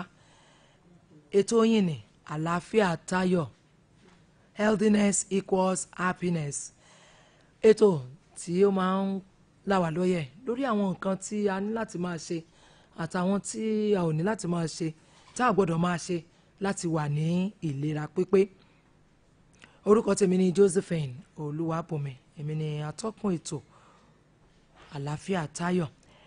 Èmi kọ́ ni wọ́n mọ̀ ṣe ètò náà, ní dá ṣe ètò ọ̀hún. A ní àwọn tí a jọ máa ṣiṣẹ́ pọ̀. Abọ́sẹ̀dé Ọláwálé ó wà ń kalẹ̀ láti fún wa ní àwọn nǹkan pẹ́pẹ́pẹ́ tá a ní láti máa ṣe àtàwọn nǹkan tí ò yẹ ká máa ṣe ká lè wà ní ìlera pípé. Kúnlé Adébàmbọ̀ àti Ọmọbọ́láńlé Àbọ̀abá, àwọn ni ọlọ́wọ́ bọ́tìnì wa, tí Rofat Ọlánìpẹ̀kún sì jẹ́ akéde ètò. Shuai Busari òun náà ni amójú ẹ̀rọ wa. Àjọmọ̀ ṣiṣẹ́ pọ̀ náà ni láti mú ètò ọ̀hún wá sí etí gbọ̀yìn lónìí tí í ṣe ọjọ́ Thursday. Lórúkọ wọn ni mo tún kí yín káàbọ̀ sórí ètò Alafia Tayo lórí Olúyọ̀lé 98.5 FM oríta Basọ̀run Ìbàdàn. Lọ́sẹ̀ yìí a ó máa sọ̀rọ̀ nípa ohun tí ó ń pa èèyàn púpọ̀ lára. Mílíọ̀nù, ó ju mílíọ̀nù èèyàn tó ń pa lára lọ káàkiri àgbáyé. A sì ti ní akọ́ṣẹ́mọṣẹ́ ní inú kuluwa àyìn tí ó máa là wá lóye lórí kíni yẹn jẹ́, kí ni ó máa ń fà á, báwo la ṣe lè máa dènà rẹ̀, báwo la ṣe lè tún tọ́jú ara wa tá a bá ní, kí ni nǹkan tá à ń sọ̀rọ̀ ń pa rẹ̀. Òun náà ni ipò rúru ọkàn. Ipò rúru ọkàn, ẹlòmíà ní kí ló kan ipò rúru ọkàn pẹ̀lú ìlera wa. Ó kan gangan, torí pé tí akọ́ṣẹ́mọṣẹ́ wa tó bá bẹ̀rẹ̀ sí sọ̀rọ̀ báyìí, àwa gan máa mọ̀ pé ipò rúru ọkàn, depression, ó ṣe pàtàkì fún wa láti mọ̀, láti mọ àwọn kan tó máa ń fà á àti láti mọ̀ bá ṣe lè dènà ẹ̀ tàbí láti lè mú kó ní ara ká bá lè gbé ìgbé ayé ìlera pípé. Ẹ máa bá wa bọ̀. Bẹ́ẹ̀ láboyún ẹ fọwọ́ wọ́wọ́, ẹ jẹ́ ká ṣètò ìyẹn nìkan kọ́ o Abọ́sẹ̀dé Ọláwálé ó ti wà ń bí láti sọ̀rọ̀ ní fún wa ní àwọn nǹkan tá a nílò láti mọ̀ nípa ìtọ́jú eyín wa. Ẹ mọ̀ wò pé eyín kẹ̀ ẹ bá máa ń fọnu ó ti tán, nǹkan púpọ̀ ló rọ̀ mọ́ eyín wa. A dẹ̀ ní láti mọ àwọn nǹkan tó yẹ ká máa ṣe láti jẹ́ kí eyín wa kó wà ní pípé ní mímọ́, kí a lè gbádùn ara wa pẹ̀lú bí a ṣe ní tí eyín wa ṣe wà nínú ẹnu wa. Ìgbà míì máa wà eyín tí eyín wọn bá sí ní ìlera pípé ó lè máa dààmú ahọ́n tàbí kí ahọ́n máa dààmú eyín. Gbogbo àwọn nǹkan tó yẹ ká mọ̀ láti fi ṣètọ́jú eyín wa òun náà ni Bọ́sẹ̀dé Ọláwálé yóò máa sọ fún wa nígbà tá a bá bọ́ sí abala yẹn lórí ètò Àlàáfíà Táyọ̀ níṣẹ́ rédíò Olúyọ̀lé 98.5 FM. Lẹ́yìn náà a máa ṣí ojú òpó ilẹ̀ o, a tún ṣí ojú òpó ilẹ̀ fún ẹ̀yin èèyàn wa láti béèrè àwọn ìbéèrè tí ẹ ní lọ́kàn lórí ìpòrúurú ọkàn yìí. Ọlọ́run ṣe a ní akọ́ṣẹ́mọṣẹ́ dókítà oníṣègùn ó ti wà níbí tí wọ́n sọ̀rọ̀ nípa ni wọ́n máa dáhùn àwọn ìbéèrè yín, àwọn ìrírí tẹ́ bá tẹ̀ ní bóyá ẹ̀ ń la ìpèníjà yìí kọjá, àwọn ìrírí tẹ́ bá ní ẹ̀sọ́ dókítà wa wọ́n ti wà kálẹ̀ láti fi ìdáhùn sí gbogbo ìbéèrè yín. Dókítà ta ní níbí lónìí àwọn náà ni Dr. Adeniyi Akanfe Samuel Lawal. Our guest on Alafia Tayo this week is Dr. Adeniyi Akanfe Lawal. He is a mental health expert. He will be telling us what depression is all about. He will guide us through today's discussion to tell us what depression is all about, what causes it, how it can be treated, and how we can avoid it. Dr. Adeniyi Akanfe Samuel Lawal, you're welcome to the program Alafia Tayo. Thank you. Shigama. Akínyín káàbọ̀, ẹ ṣeun sà tí àpòyìn tí ẹ sì jẹ́ wa. Let's begin from the basics. Many people confuse depression with just feeling sad. Could you explain to us what exactly depression is? When you are talking of depression is a major mental problem under functional psychosis, and it's characterized by suicidal tendency, withdrawn from reality, inability to relate well with other people, hallucinations, delusion. They have wrong feelings. What they perceive is wrong, but with whatever they have perceived, what they are going to have feeling towards it. And we know we have, and is the most dangerous mental health problem challenges, which they need close monitoring. We have different types of this depression. We have endogenous depression, and we have exogenous depression. The exogenous depression, the cause of that problem it has to do with the outside something. That is, it's an external cause that causes the problem. For example, somebody decided to go for elections and he won. He was not given the mandate. How you feel? The person will not feel good. She will not feel happy. Because of that, she will be she withdrawn. She will not able to sleep, insomnia. She will be having later. She's going to having auditory hallucination, perception, wrong perception. Later, having the paranoid idea against people that they wanted to do this, they want to kill him, they want to do that. Who caused it? It is you people that you voted and you didn't give him the mandate. Somebody, we have the other one, which is endogenous depression. The cause is within that individual. Individual cause the problem. For example, a woman that has not got married, they got married but no children. He has passed through so many other infections, whatever. No. Now, if such a person now makes with other people, and they now find out that she now finds herself that she's the only person that hasn't got issue among those invitees, whatever, the person will not be happy. And when the person is not happy, you will not be able to sleep. For example, the person got married to somebody, and the husband now pregnant another fellow, and that person have a child. He can send the child or that woman, go and buy me something. And the mother of that child, the second one, will say, come, Josephine, don't go. No, don't go. What is he telling? The mother of Josephine is telling Josephine not to go and buy something for that woman. That is the problem. So, which means the person will not be happy. Because the interpretation is that the mother of Josephine is telling that person that go and have your own child. Will such a person be happy? No. So, and the cause, so it's the main problem is the infertility. That is the cause of the problem. And the emotional problem is depression, because the person will not be happy. Then we have causes. Yeah, before we get there, ẹ jẹ́ ká sọ káwọn èèyàn wa kó tún yí wọn dáadáa pé kí ló ń jẹ́ kí ni ìtumọ̀ ipò òróró ọkàn báwo ló ṣe máa ń ṣẹlẹ̀. Ipò òróró ọkàn tá à ń sọ̀rọ̀ ní èdè òyìnbó yìí ó jẹ́ nǹkan tí ó jẹ́ àrùn ọpọlọ ńlá ṣùgbọ́n tí ó bá ọpọlọ wí tó pé ìwà àti ìṣe ló bá wí. Ìyẹn ni wípé ó pín oríṣìí méjì. À ń pè nìkan tó yẹ pé endogenous yẹn pé inú èèyàn ìṣẹ̀lẹ̀ tó ṣe láàrin onítọ̀hún gangan ló fa tó ṣẹlẹ̀ yẹn ló fa ìpòrúru ọkàn rẹ̀.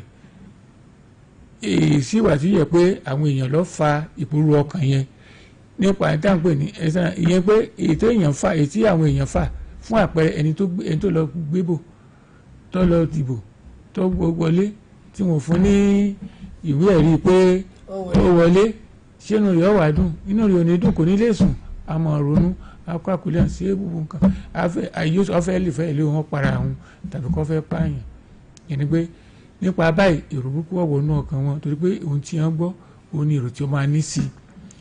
Èkejì tí mo ti sọ pé tó jẹ́ pé ìtọ́fà lọ́wọ́ ara èèyàn ẹni tí ó wọlé ọkọ tí ò bímọ tó jẹ́ pé gbogbo èèyàn ń yọ̀ wọ́n ṣe àwọn èèyàn fi ń ṣẹlẹ́yà pé kò bímọ ọkọ rẹ̀ náà wá tún níyàwó ó bímọ ọwọ́ aràn ọmọ ìyàwó ń fẹ́ pé kọlọ́bọ̀n ra nǹkan wá ìyá ọmọ sì ń pẹ́tọ̀ lágbájá wá o kí ni sọ fún oníkọlọ bímọ ní kọ́mọ wọn mọ̀ lọ́ba jíṣẹ́ kọlọ bímọ tiẹ̀ ìyẹn irú báwọn oní òní lè ní àǹfààní láti pé kò wọ́n ní ìfọ̀kànbalẹ̀ ẹ̀rù ìpòrú ọkàn yóò mọ oríṣiríṣi ìgbẹ́nu yìí pé ọ̀fẹ́ lè fẹ́ para rẹ̀ tàbí kó fẹ́ pààyàn nítorí pé kò ní sùn èròkèrò ọ̀wọ́nu ọkàn rẹ̀ kò ní lè bá èèyàn ṣe pọ̀ yóò mọ̀ lóko ẹ̀yà àwọn èèyàn fẹ́ pa wọn ò lérò fẹ́ òun.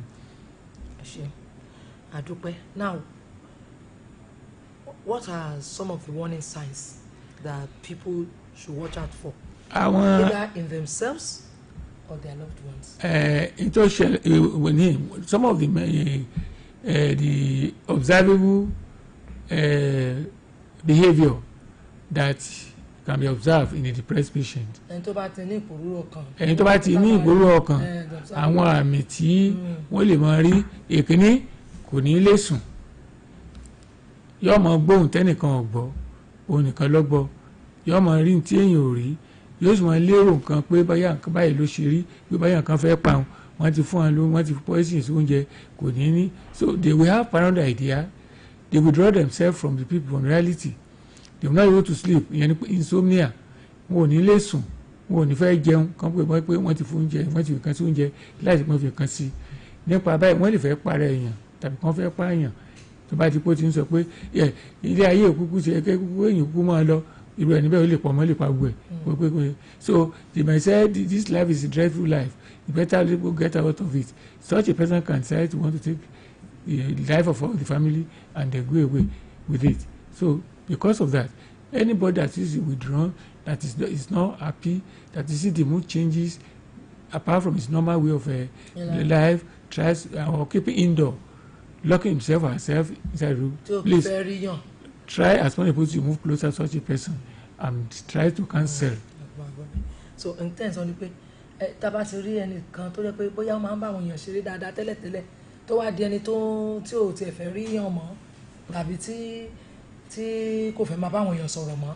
tó bá ti ń di pé èèyàn ń dádì tó ń dádì. ẹ má sọ pé bóyá ẹ̀sìn torí àwọn èèyàn á pẹ̀ ẹ̀sìn rẹ̀ ní bó ṣe rí nù kì í ṣe bó ṣe rí nǹkan míì ti wòlíì tó ti wòlíì tí ń lọ bá tó ti ń rìnà tẹ́lẹ̀ gidi nígbà tó ti níṣòro àwọn tó lọ bá wòlíì àbí ṣéwù tàbí nǹkan pé nǹkan báyìí tí wọ́n ti rí tẹ́lẹ̀ yóò lè sùn.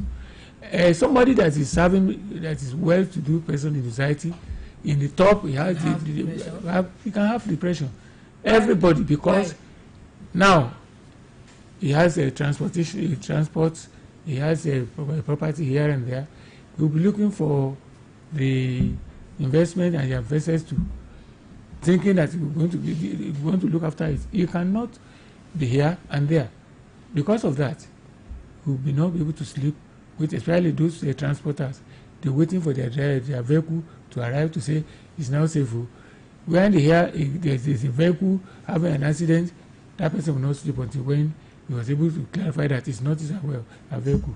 And then some people, they have some other challenges, despite they have money, because they don't have proper planning of their home, not proper arrangement, and they always want to live loneliness without allowing anybody to have anything with them, rather than asking people to carry out their function while he take decision by himself, not knowing that the decision he or she is taking is against the normal roots of that organization.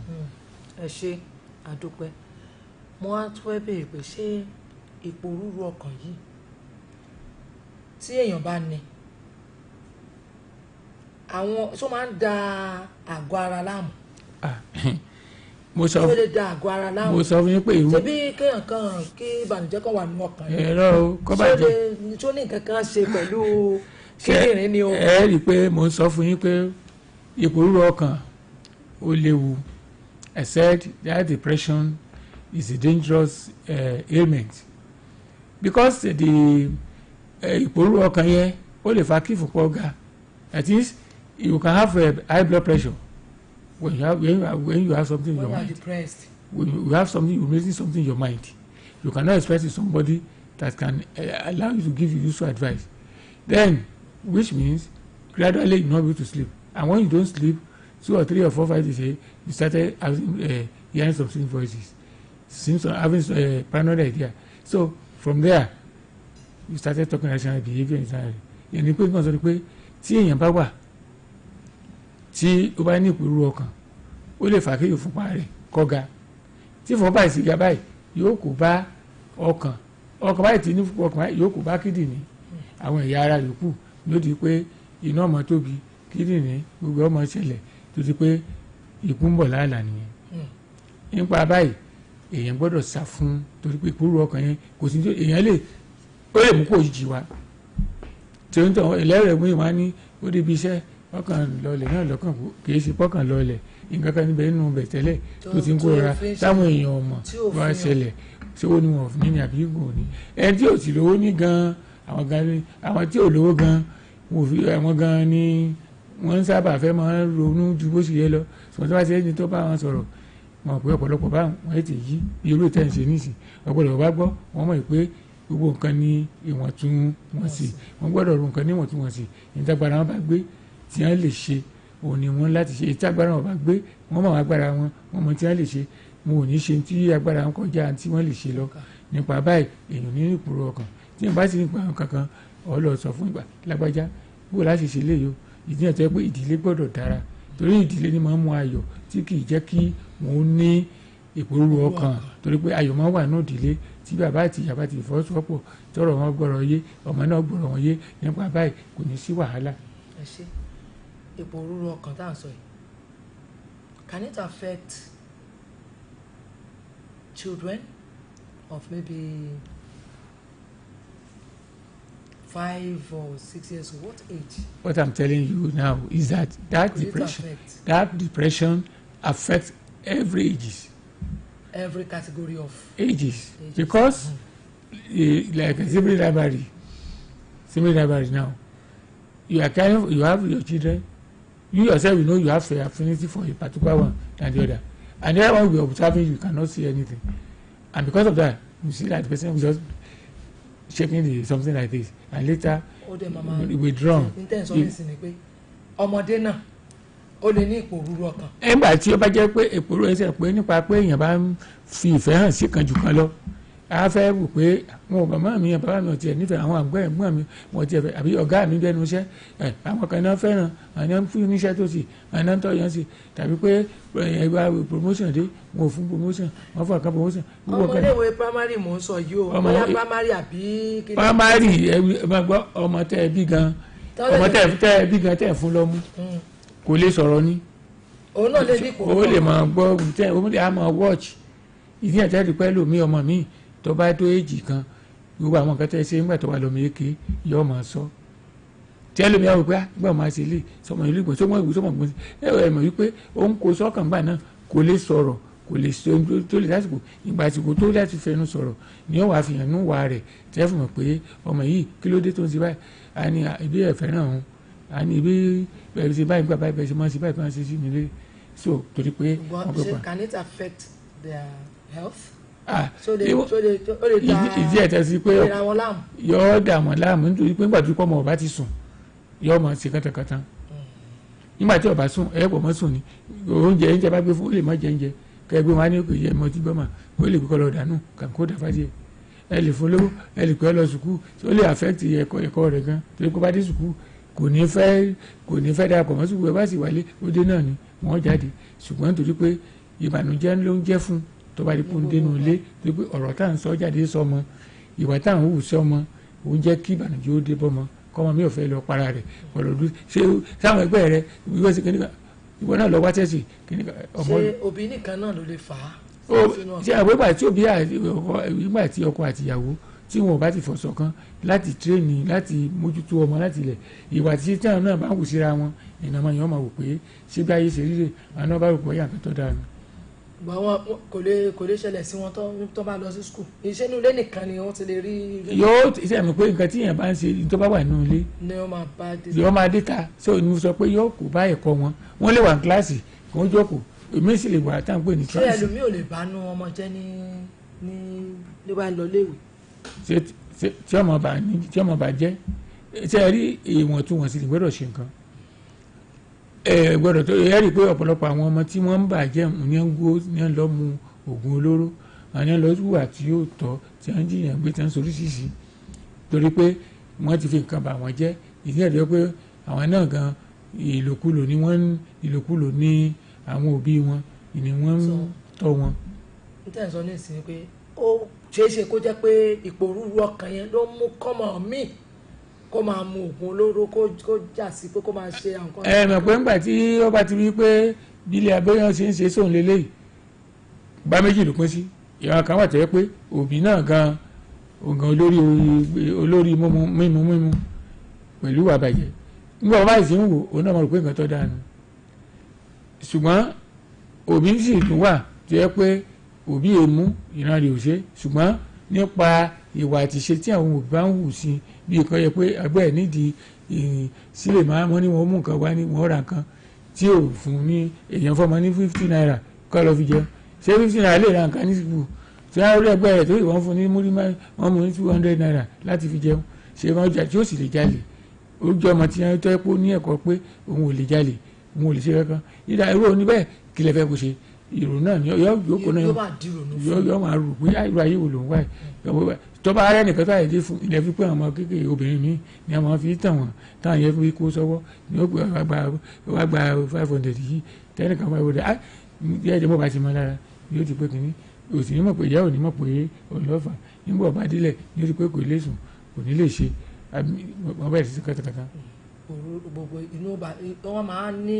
àwọn òbí ọ̀wà máa wò pé yọ̀ wá ẹ̀sẹ̀ kàn sán òbí èsì òbí náà ẹ̀sẹ̀ máa ronú pé ìwọ Ọlọ́run wọmọ ìbọn fẹ́ ṣayé òun sí wọmọ ìwọ gan lè òbí ló sì fà kí ìròyìn tó ṣẹlẹ̀ táwọn bá wùwà tó dáa tí wọ́n sùn ìgbé ayé tó nítumọ̀ á jẹ́ kí àwọn ọmọ yìí náà kó mú ìkọ́sí tó dáa so ipò ní sí pé èròkèrò pé báyà ẹnìkan fẹ́ mi ẹnìkan ò fẹ́ mi.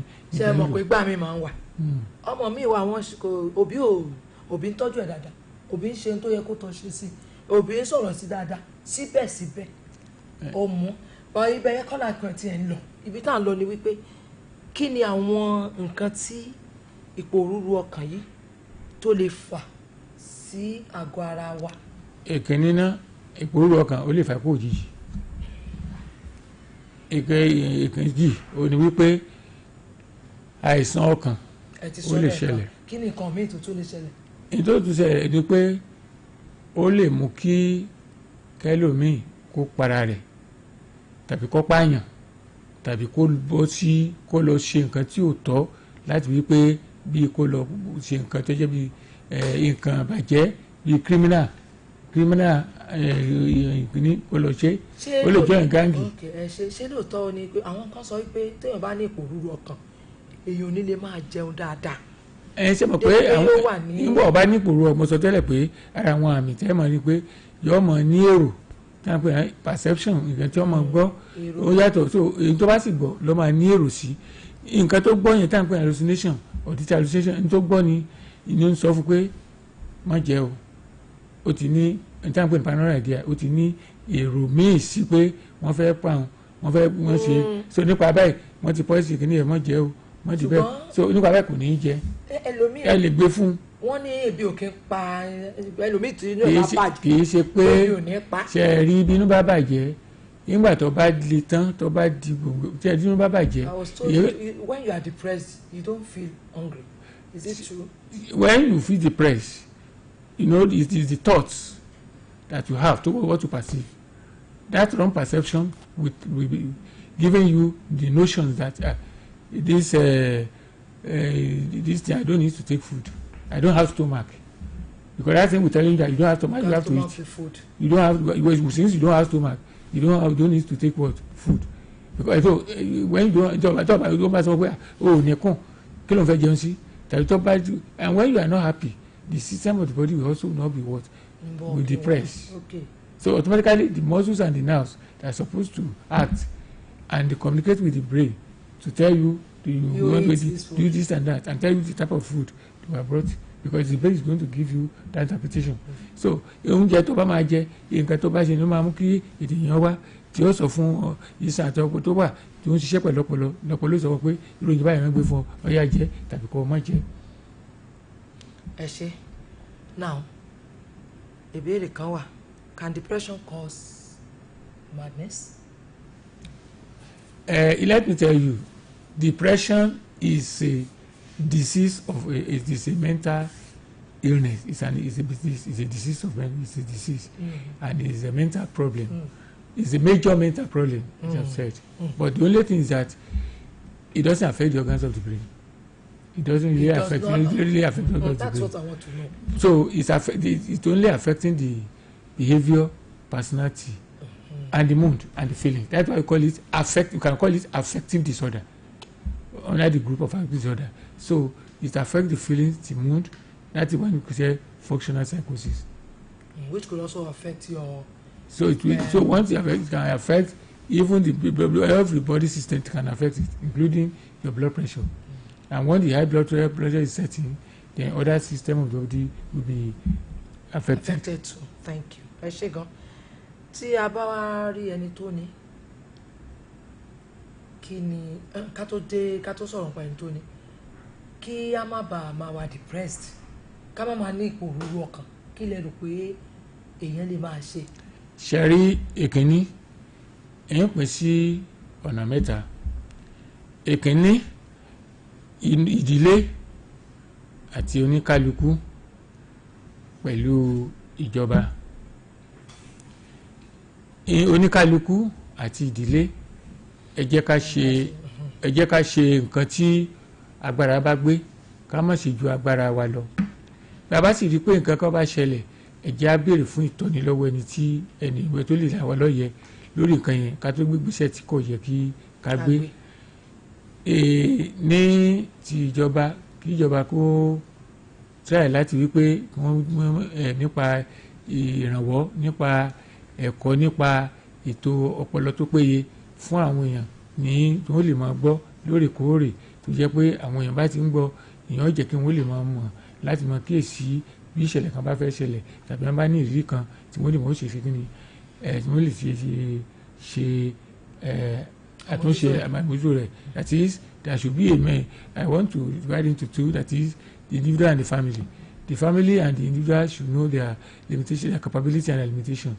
They do not do more than their capability. If they have anything within their mind, they should be able to express it to somebody that can give them a useful advice, and to the government to assist to create awareness, mental health awareness, so that people are able to have knowledge so that this one will make them to identify some of the things that may likely cause emotional problem and how they can avoid it. Yeah, you were talking about they should get someone that will give them useful advice. Now, one big issue is this stigmatization.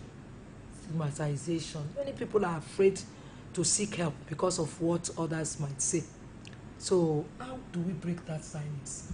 Let me tell you, when you are talking of depression, when becoming a chronic depression, that is, the person cannot even coordinate, cannot do anything. The person needs to be treated, and the family has the responsibility. They have a greater responsibility to supervising, to accept that person back to the family, including even with the working place. In your working place here, if you have somebody as was depressed, maybe as a result of whatever, everybody here should embrace that person back as a part of the work, as a workforce. And when they do that, there's no stigmatization, will not feel anything about it. Yeah. But where the people doesn't aware of the knowledge of what is mental health, because anybody can break that at any time. So ẹni tí ó bá ní ìpèníjà àrùn ọpọlọ ọkàn, ó gbọ́dọ̀ rí wípé ó wá ẹni tí òun ó fi ọ̀rọ̀ nítorí pé ìkíní ìdílé gbọ́dọ̀ jẹ́ ẹni tí ó gbọ́dọ̀ sí kíni tó gbọ́dọ̀ gba àwọn mọ́ra acceptability. Lẹ́yìn yẹn bí ó jẹ́ bí iṣẹ́ ni irú bí iṣẹ́ tẹ̀ wáyé bó ṣe lè wé ni wọ́n gbọ́dọ̀ fìfẹ́ hàn padà láti pé ó ti di ara kan náà wọ́n máa fi ojú wípé nǹkan báyìí ó ṣẹlẹ̀ sí òun náà sì ní nígbà tí yẹn bá ti tó ti gbà tọ́jú tó yẹ kó gbà ní ìlànà oògùn òyìnbó tó sì ti tara ẹ̀ yá kò ní irú nǹkan báyìí kò ní ṣẹ́kẹ́ ni. tí wọ́n bá ní ìpòrú ọkàn náà èèyàn ó ní oògùn tí ó lè ṣe fún. ó ní yẹ rí oríṣi mẹ́ta èkéní ọmọ ní wa máa nídìí health education yẹn pé mental health education láti create awareness fún pé nǹkan báyìí ó ti nǹkan báyìí. èkejì drug yẹn ni pé ilé ìwòsàn tí ó ti ń tọ́jú àrùn ọpọlọ. ẹ ṣeun àdúpẹ́, thank you so much Dr. Adeni Akonfe Lawan. That was very enlightening and encouraging. Thank you. Now we'll open the lines. A fẹ́ ṣí ojú òpó lẹ̀ fún àwọn èèyàn wa láti béèrè béèrè tí wọ́n bá ní lọ́kàn tó ń jẹ wọ́n lọ́kàn, tàbí wọ́n lè sọ̀rọ̀ nípa ìrírí yín. Ẹ pe nọ́mbà yìí 0805 5009 850 0805 5009 850 láti béèrè àwọn ìbéèrè tó jẹ yín lọ́kàn. Ọ̀rọ̀ tá à ń sọ̀rọ̀ lé lórí òun náà ni ìpòrúru ọkàn. Kí ló máa ń fà á tí àwọn èèyàn fi máa ń ní ìpòrúru ọkàn?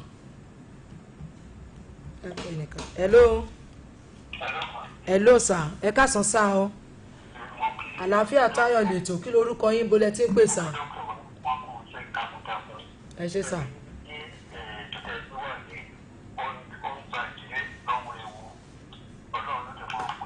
Àmín. Yes sir.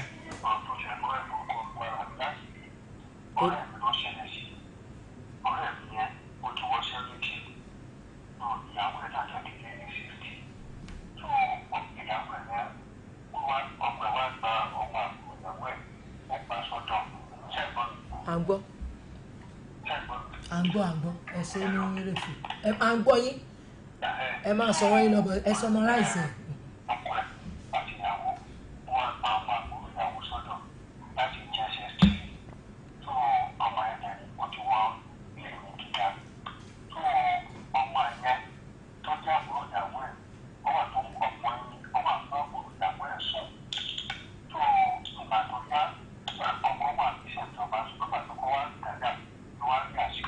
wọ́n ti ń ṣe tipẹ́.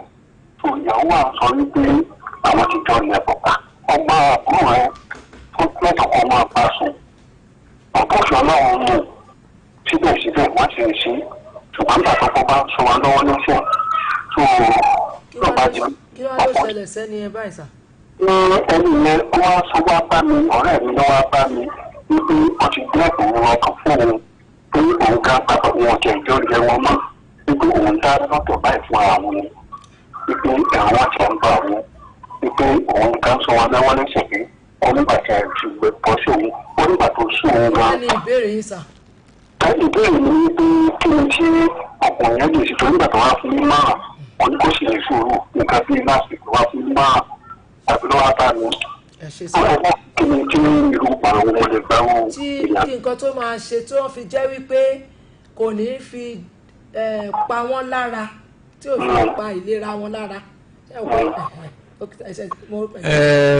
ẹ ṣeun sà ṣe mọ̀ pé ẹni tí wọ́n ń bá wọn sùn tí wọ́n ń ṣoríṣi ìyẹn kò ṣe é béèyàn fẹ́ ṣe béèyàn fi nǹkan pa wọ́n ní tí wọ́n ṣe náà wọ́n mọ̀ ṣe àwọn ni wọ́n fira wọn lọ́kàn balẹ̀ kí wọ́n máa jẹun kan jẹun bó bá yẹ pé ó ṣeé ṣe kí wọ́n yẹra kúrò ní ibi tí àwọn tí wọ́n ṣe nǹkan báyẹn tí wọ́n ò bọ́ tí wọ́n fi wọ́n lẹ̀ tí wọ́n bá lè yẹra kan wá bòmíì tí wọ́n máa yẹra sí wọ́n dẹ̀ mọ fún àdúrà àti ọlọ́run kan bá wọn kọ́ mọ́pọ̀ wọn fà wàhálà tàbí nǹkan kan torí pé wọ́n sọ pé wọ́n má ṣe ṣe tí wọ́n ṣe. hello. hello sir mo ń gbọ́ yín sàìbí náà ni. ok. ohun tí mò ń sọ ni wípé irú oníyẹn ẹ jẹ́ kí torí pé àwọn tí wọ́n ń ṣe nǹkan yẹn kò sí bá ò ní fẹ́ fira wọn lẹ̀ náà. ṣé kò ní pa tí.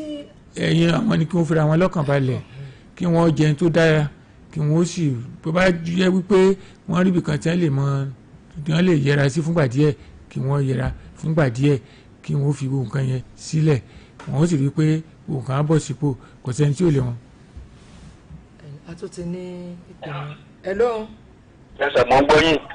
wọ́n ti sọ pé kẹ́ni yẹn pé kí wọ́n jẹun dáadáa kán fọkàn ara wọn balẹ̀ kó má bàa pa wọ́n lára gẹ́gẹ́ bí wọ́n ti ń sọ látẹ̀kan wípé téèyàn bá ní ipò rúru ọkàn téèyàn ò bá ṣọ́rẹ̀ ó máa pa ìfúnpá èèyàn lára ó máa pa ọkàn lára torí náà wọ́n ní kán fi ọkàn wọn balẹ̀ bóyá kán yẹra tàbí pé kán ṣàìwá nǹkan ṣe tó fi jẹ́ wípé kò ní jẹ́ nǹkan tó máa pa àgọ́ ara wọn lára torí ẹ̀ láti sọ̀rọ̀ lórí ètò yìí pé ipò rúru ọkàn kí ló máa ń ṣe ó máa ń pa àgọ́ ara lára téèyàn ò bá ṣọ́ra so nǹkan tó máa sọ fún ọ náà nìyẹn so wọ́n lè yẹra. ẹ ṣe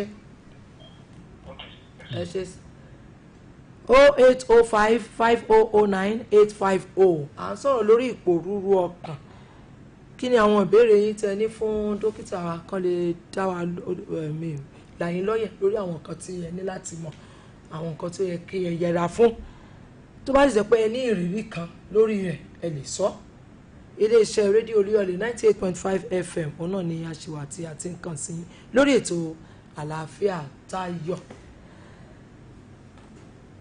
Dr. Adeniyi Akanfe Lawal kí ni advice ìmọ̀ràn tẹ́ ní fún bóyá ẹni tó ní ipò rúru ọkàn tó ń la ìpèníjà ìkọjá lọ́wọ́lọ́wọ́ báyìí àti fún ẹni tí bóyá ó ti fẹ́ ní tó kọ́ máa bàa. ṣe rí fún àwọn tí ò tí ì ní ṣùgbọ́n tí èròjà ìpòrúru ọkàn wà fún tí wọn kan tí ó ti kórìíta tí ò tiẹ̀ fẹ́ yé mọ́ kọ́mọ́ gbèsè tí ó yẹ kó gbé irú ẹni bẹ́ẹ̀ ó lè tọ ilé ìwòsàn tí ó lọ rí àwọn tí wọ́n máa ń sọ nípa ìmọ̀ ọkàn táwọn ní psychologist wọn ó lè fún ní ìmọ̀ràn lórí ìrìn àjò ṣùgbọ́n láti ọ̀dọ̀ tèmi gẹ́gẹ́ bí èmi òye tèmi ò ní pé irú ẹni bẹ́ẹ̀ kó jáwọ́ kó bá rí pé nǹkan tó fẹ́ fà ní kó jáwọ́ kúrò ńbẹ̀ èyí tó bá rí kọ́ tó fẹ́ le jù kó ra fi sílẹ̀ àwọn tí nǹkan pé níjẹ́ ìbá ti wá di ní tí wọ́n ti ní ẹ̀jẹ̀ kan wá sí ilé ìwòsàn tí wọ́n ń tọ́jú tọ́jẹ́ márùn-ún ọpọlọ wọ́n lè fún ọ ní ìlànà tó òyìnbó wọ́n lè fún ọ ní ìtọ́jú.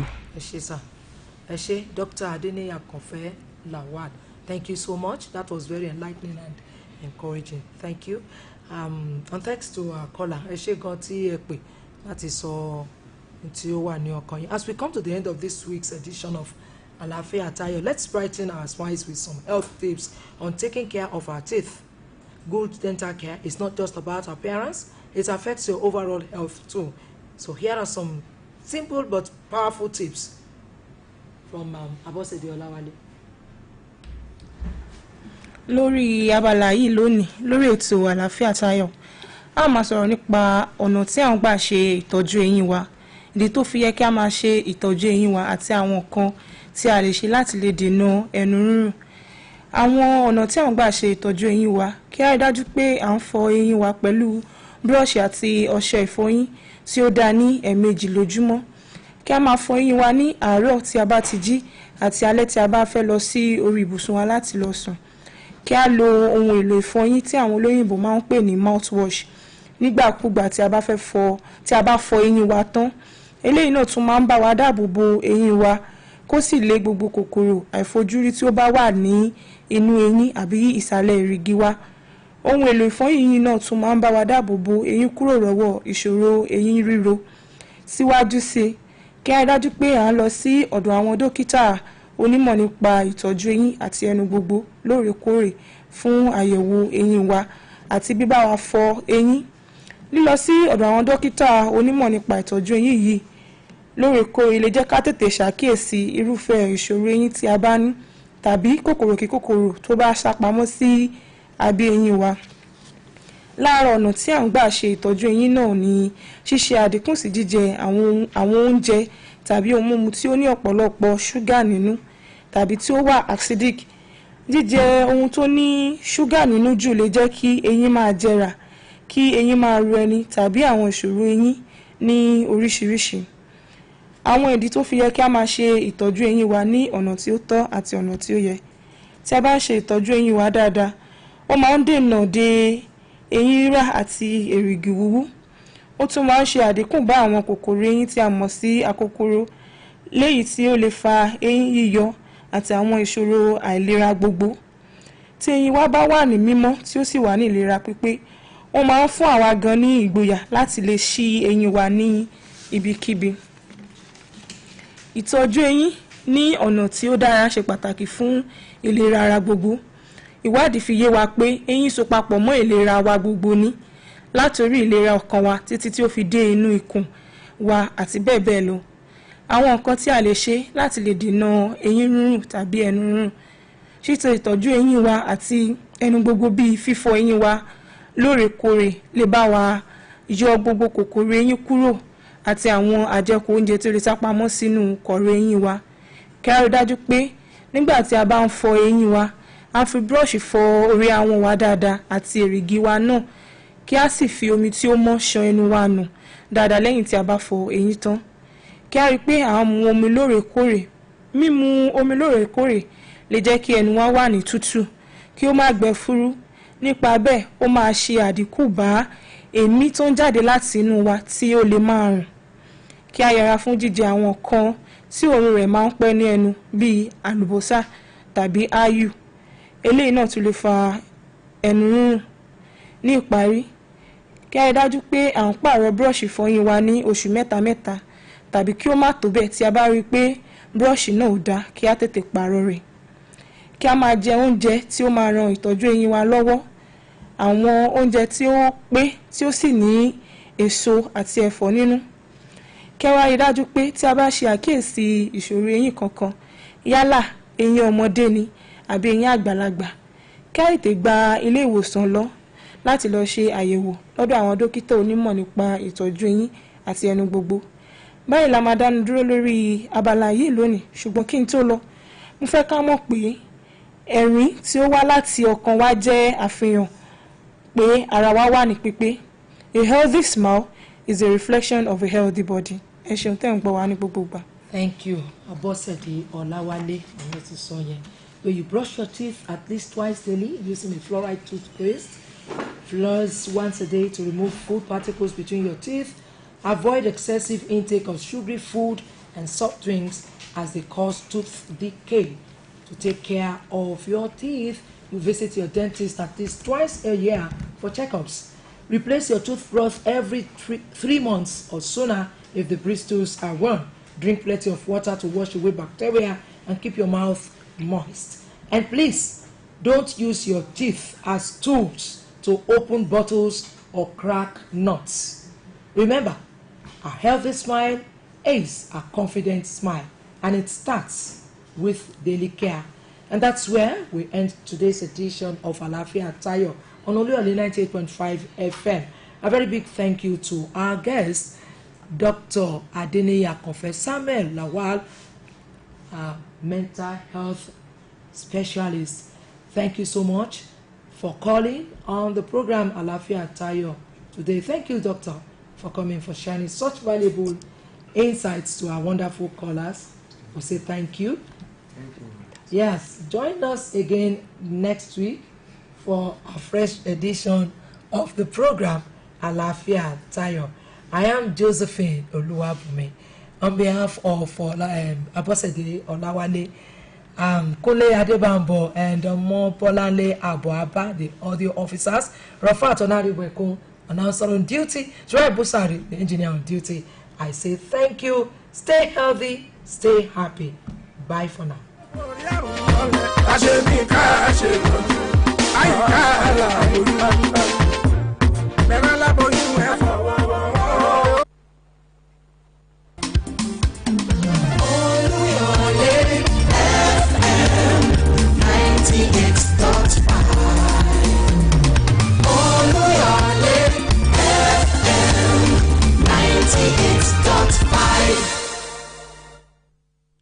It's 5 o'clock.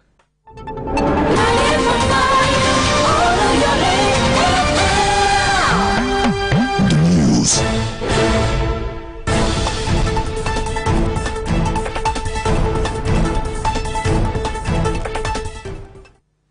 Good evening. The news on the hour.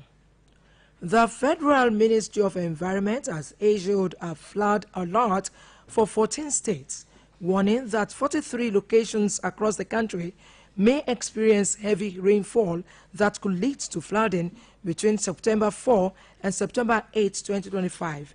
The alert was issued today and signed by the Director of the Erosion, Flood and Coastal Zone Management Department, Mr. Usman Bokani. The warning comes as the country grapples with the dual challenge of climate change and inadequate drainage infrastructure, making many communities vulnerable during the rainy season. The affected states and locations include Ebonyi, Cross River, Kano, Zamfara, Taraba, Abia, Yobe, Plateau, Borno, Imo, Niger, Sokoto, Kaduna, and Akwa Ibom states. Mr. Bokani noted that the government had agreed on a joint monitoring and evaluation mechanism with the Chinese embassy.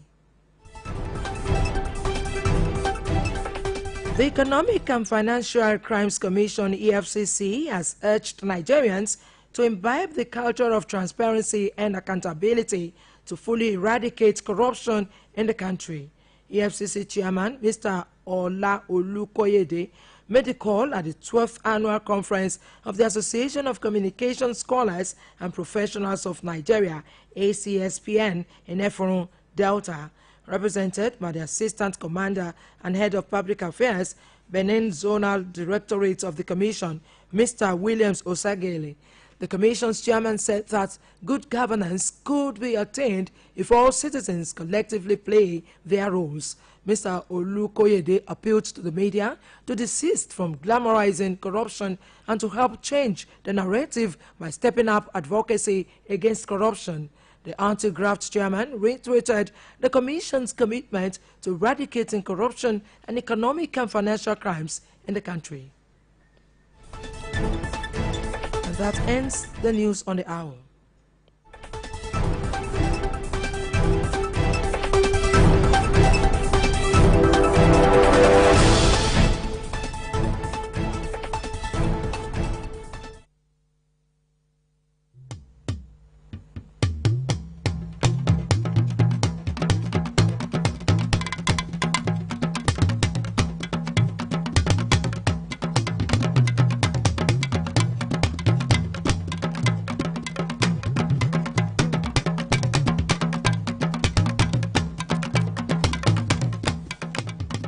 ẹ kúrọ̀lẹ́ ìròyìn ní ṣókí. ẹ̀ka iléeṣẹ́ ìjọba tó ń rí sọ̀rọ̀ àyíká ohun àyídà ti fi ìkìlọ̀ ẹ̀kún omi léde fún ìpínlẹ̀ 14 kan wípé ó ṣeé ṣe o káwọn agbègbè 43 kan fojú winá ìṣẹ̀lẹ̀ ẹ̀kún omi káàkiri tìbútòrò orílẹ̀-èdè yìí látara òjò ńlá tí yóò ṣe okùnfà omíyalé àgbàrá ya ṣọ́ọ̀bù láàrin ọjọ́ 4 oṣù kẹsàn-án sọ́jọ́ 8 oṣù kẹsàn-án ọdún 2025 tá a wà nú ẹ̀ yìí. lónìí níkìlọ̀ ń hàdé tí adarí tó ń rí sí ọ̀rọ̀ àgbàrá ohun ẹ̀kún omi ọ̀gbẹ́ni Usman Bukani sì buwọ́lù lásìkò tí orílẹ̀-èdè yìí ń fojú winá ìṣòro àyípadà ojú ọjọ́ àti ìṣòro ojú àgbàrá tí ò jẹ́ lílà léyìí tó mú kí ìṣẹ̀lẹ̀ ẹ̀kún omi ó máa wáyé lásìkò òjò ní ìkìlọ̀ yìí wáyé. lára àwọn ìpínlẹ̀ àtàgbègbè tí ìkìlọ̀ ìṣẹ̀lẹ̀ ẹ̀kún omi yìí kàn láti rí ìpínlẹ̀ Ebonyi, ìpínlẹ̀ Cross River, ìpínlẹ̀ Kano, ìpínlẹ̀ Zamfara, ìpínlẹ̀ Taraba àti ìpínlẹ̀ Abia. ìpínlẹ̀ yòókù ní ìpínlẹ̀ Yobe, ìpínlẹ̀ Plateau, ìpínlẹ̀ Borno, ìpínlẹ̀ Imo, ìpínlẹ̀ Niger, ìpínlẹ̀ Sokoto, ìpínlẹ̀ Kaduna àti ìpínlẹ̀ Akwa Ibom. ọ̀gbẹ́ni Bukani ṣàkíyèsí pé ìjọba ti fẹnukò lórí ètò àmójútó alágbàríjọpọ̀ ṣe àti ètò àgbéléwọ̀n pẹ̀lú ọ́fíìsì aṣojú orílẹ̀-èdè China.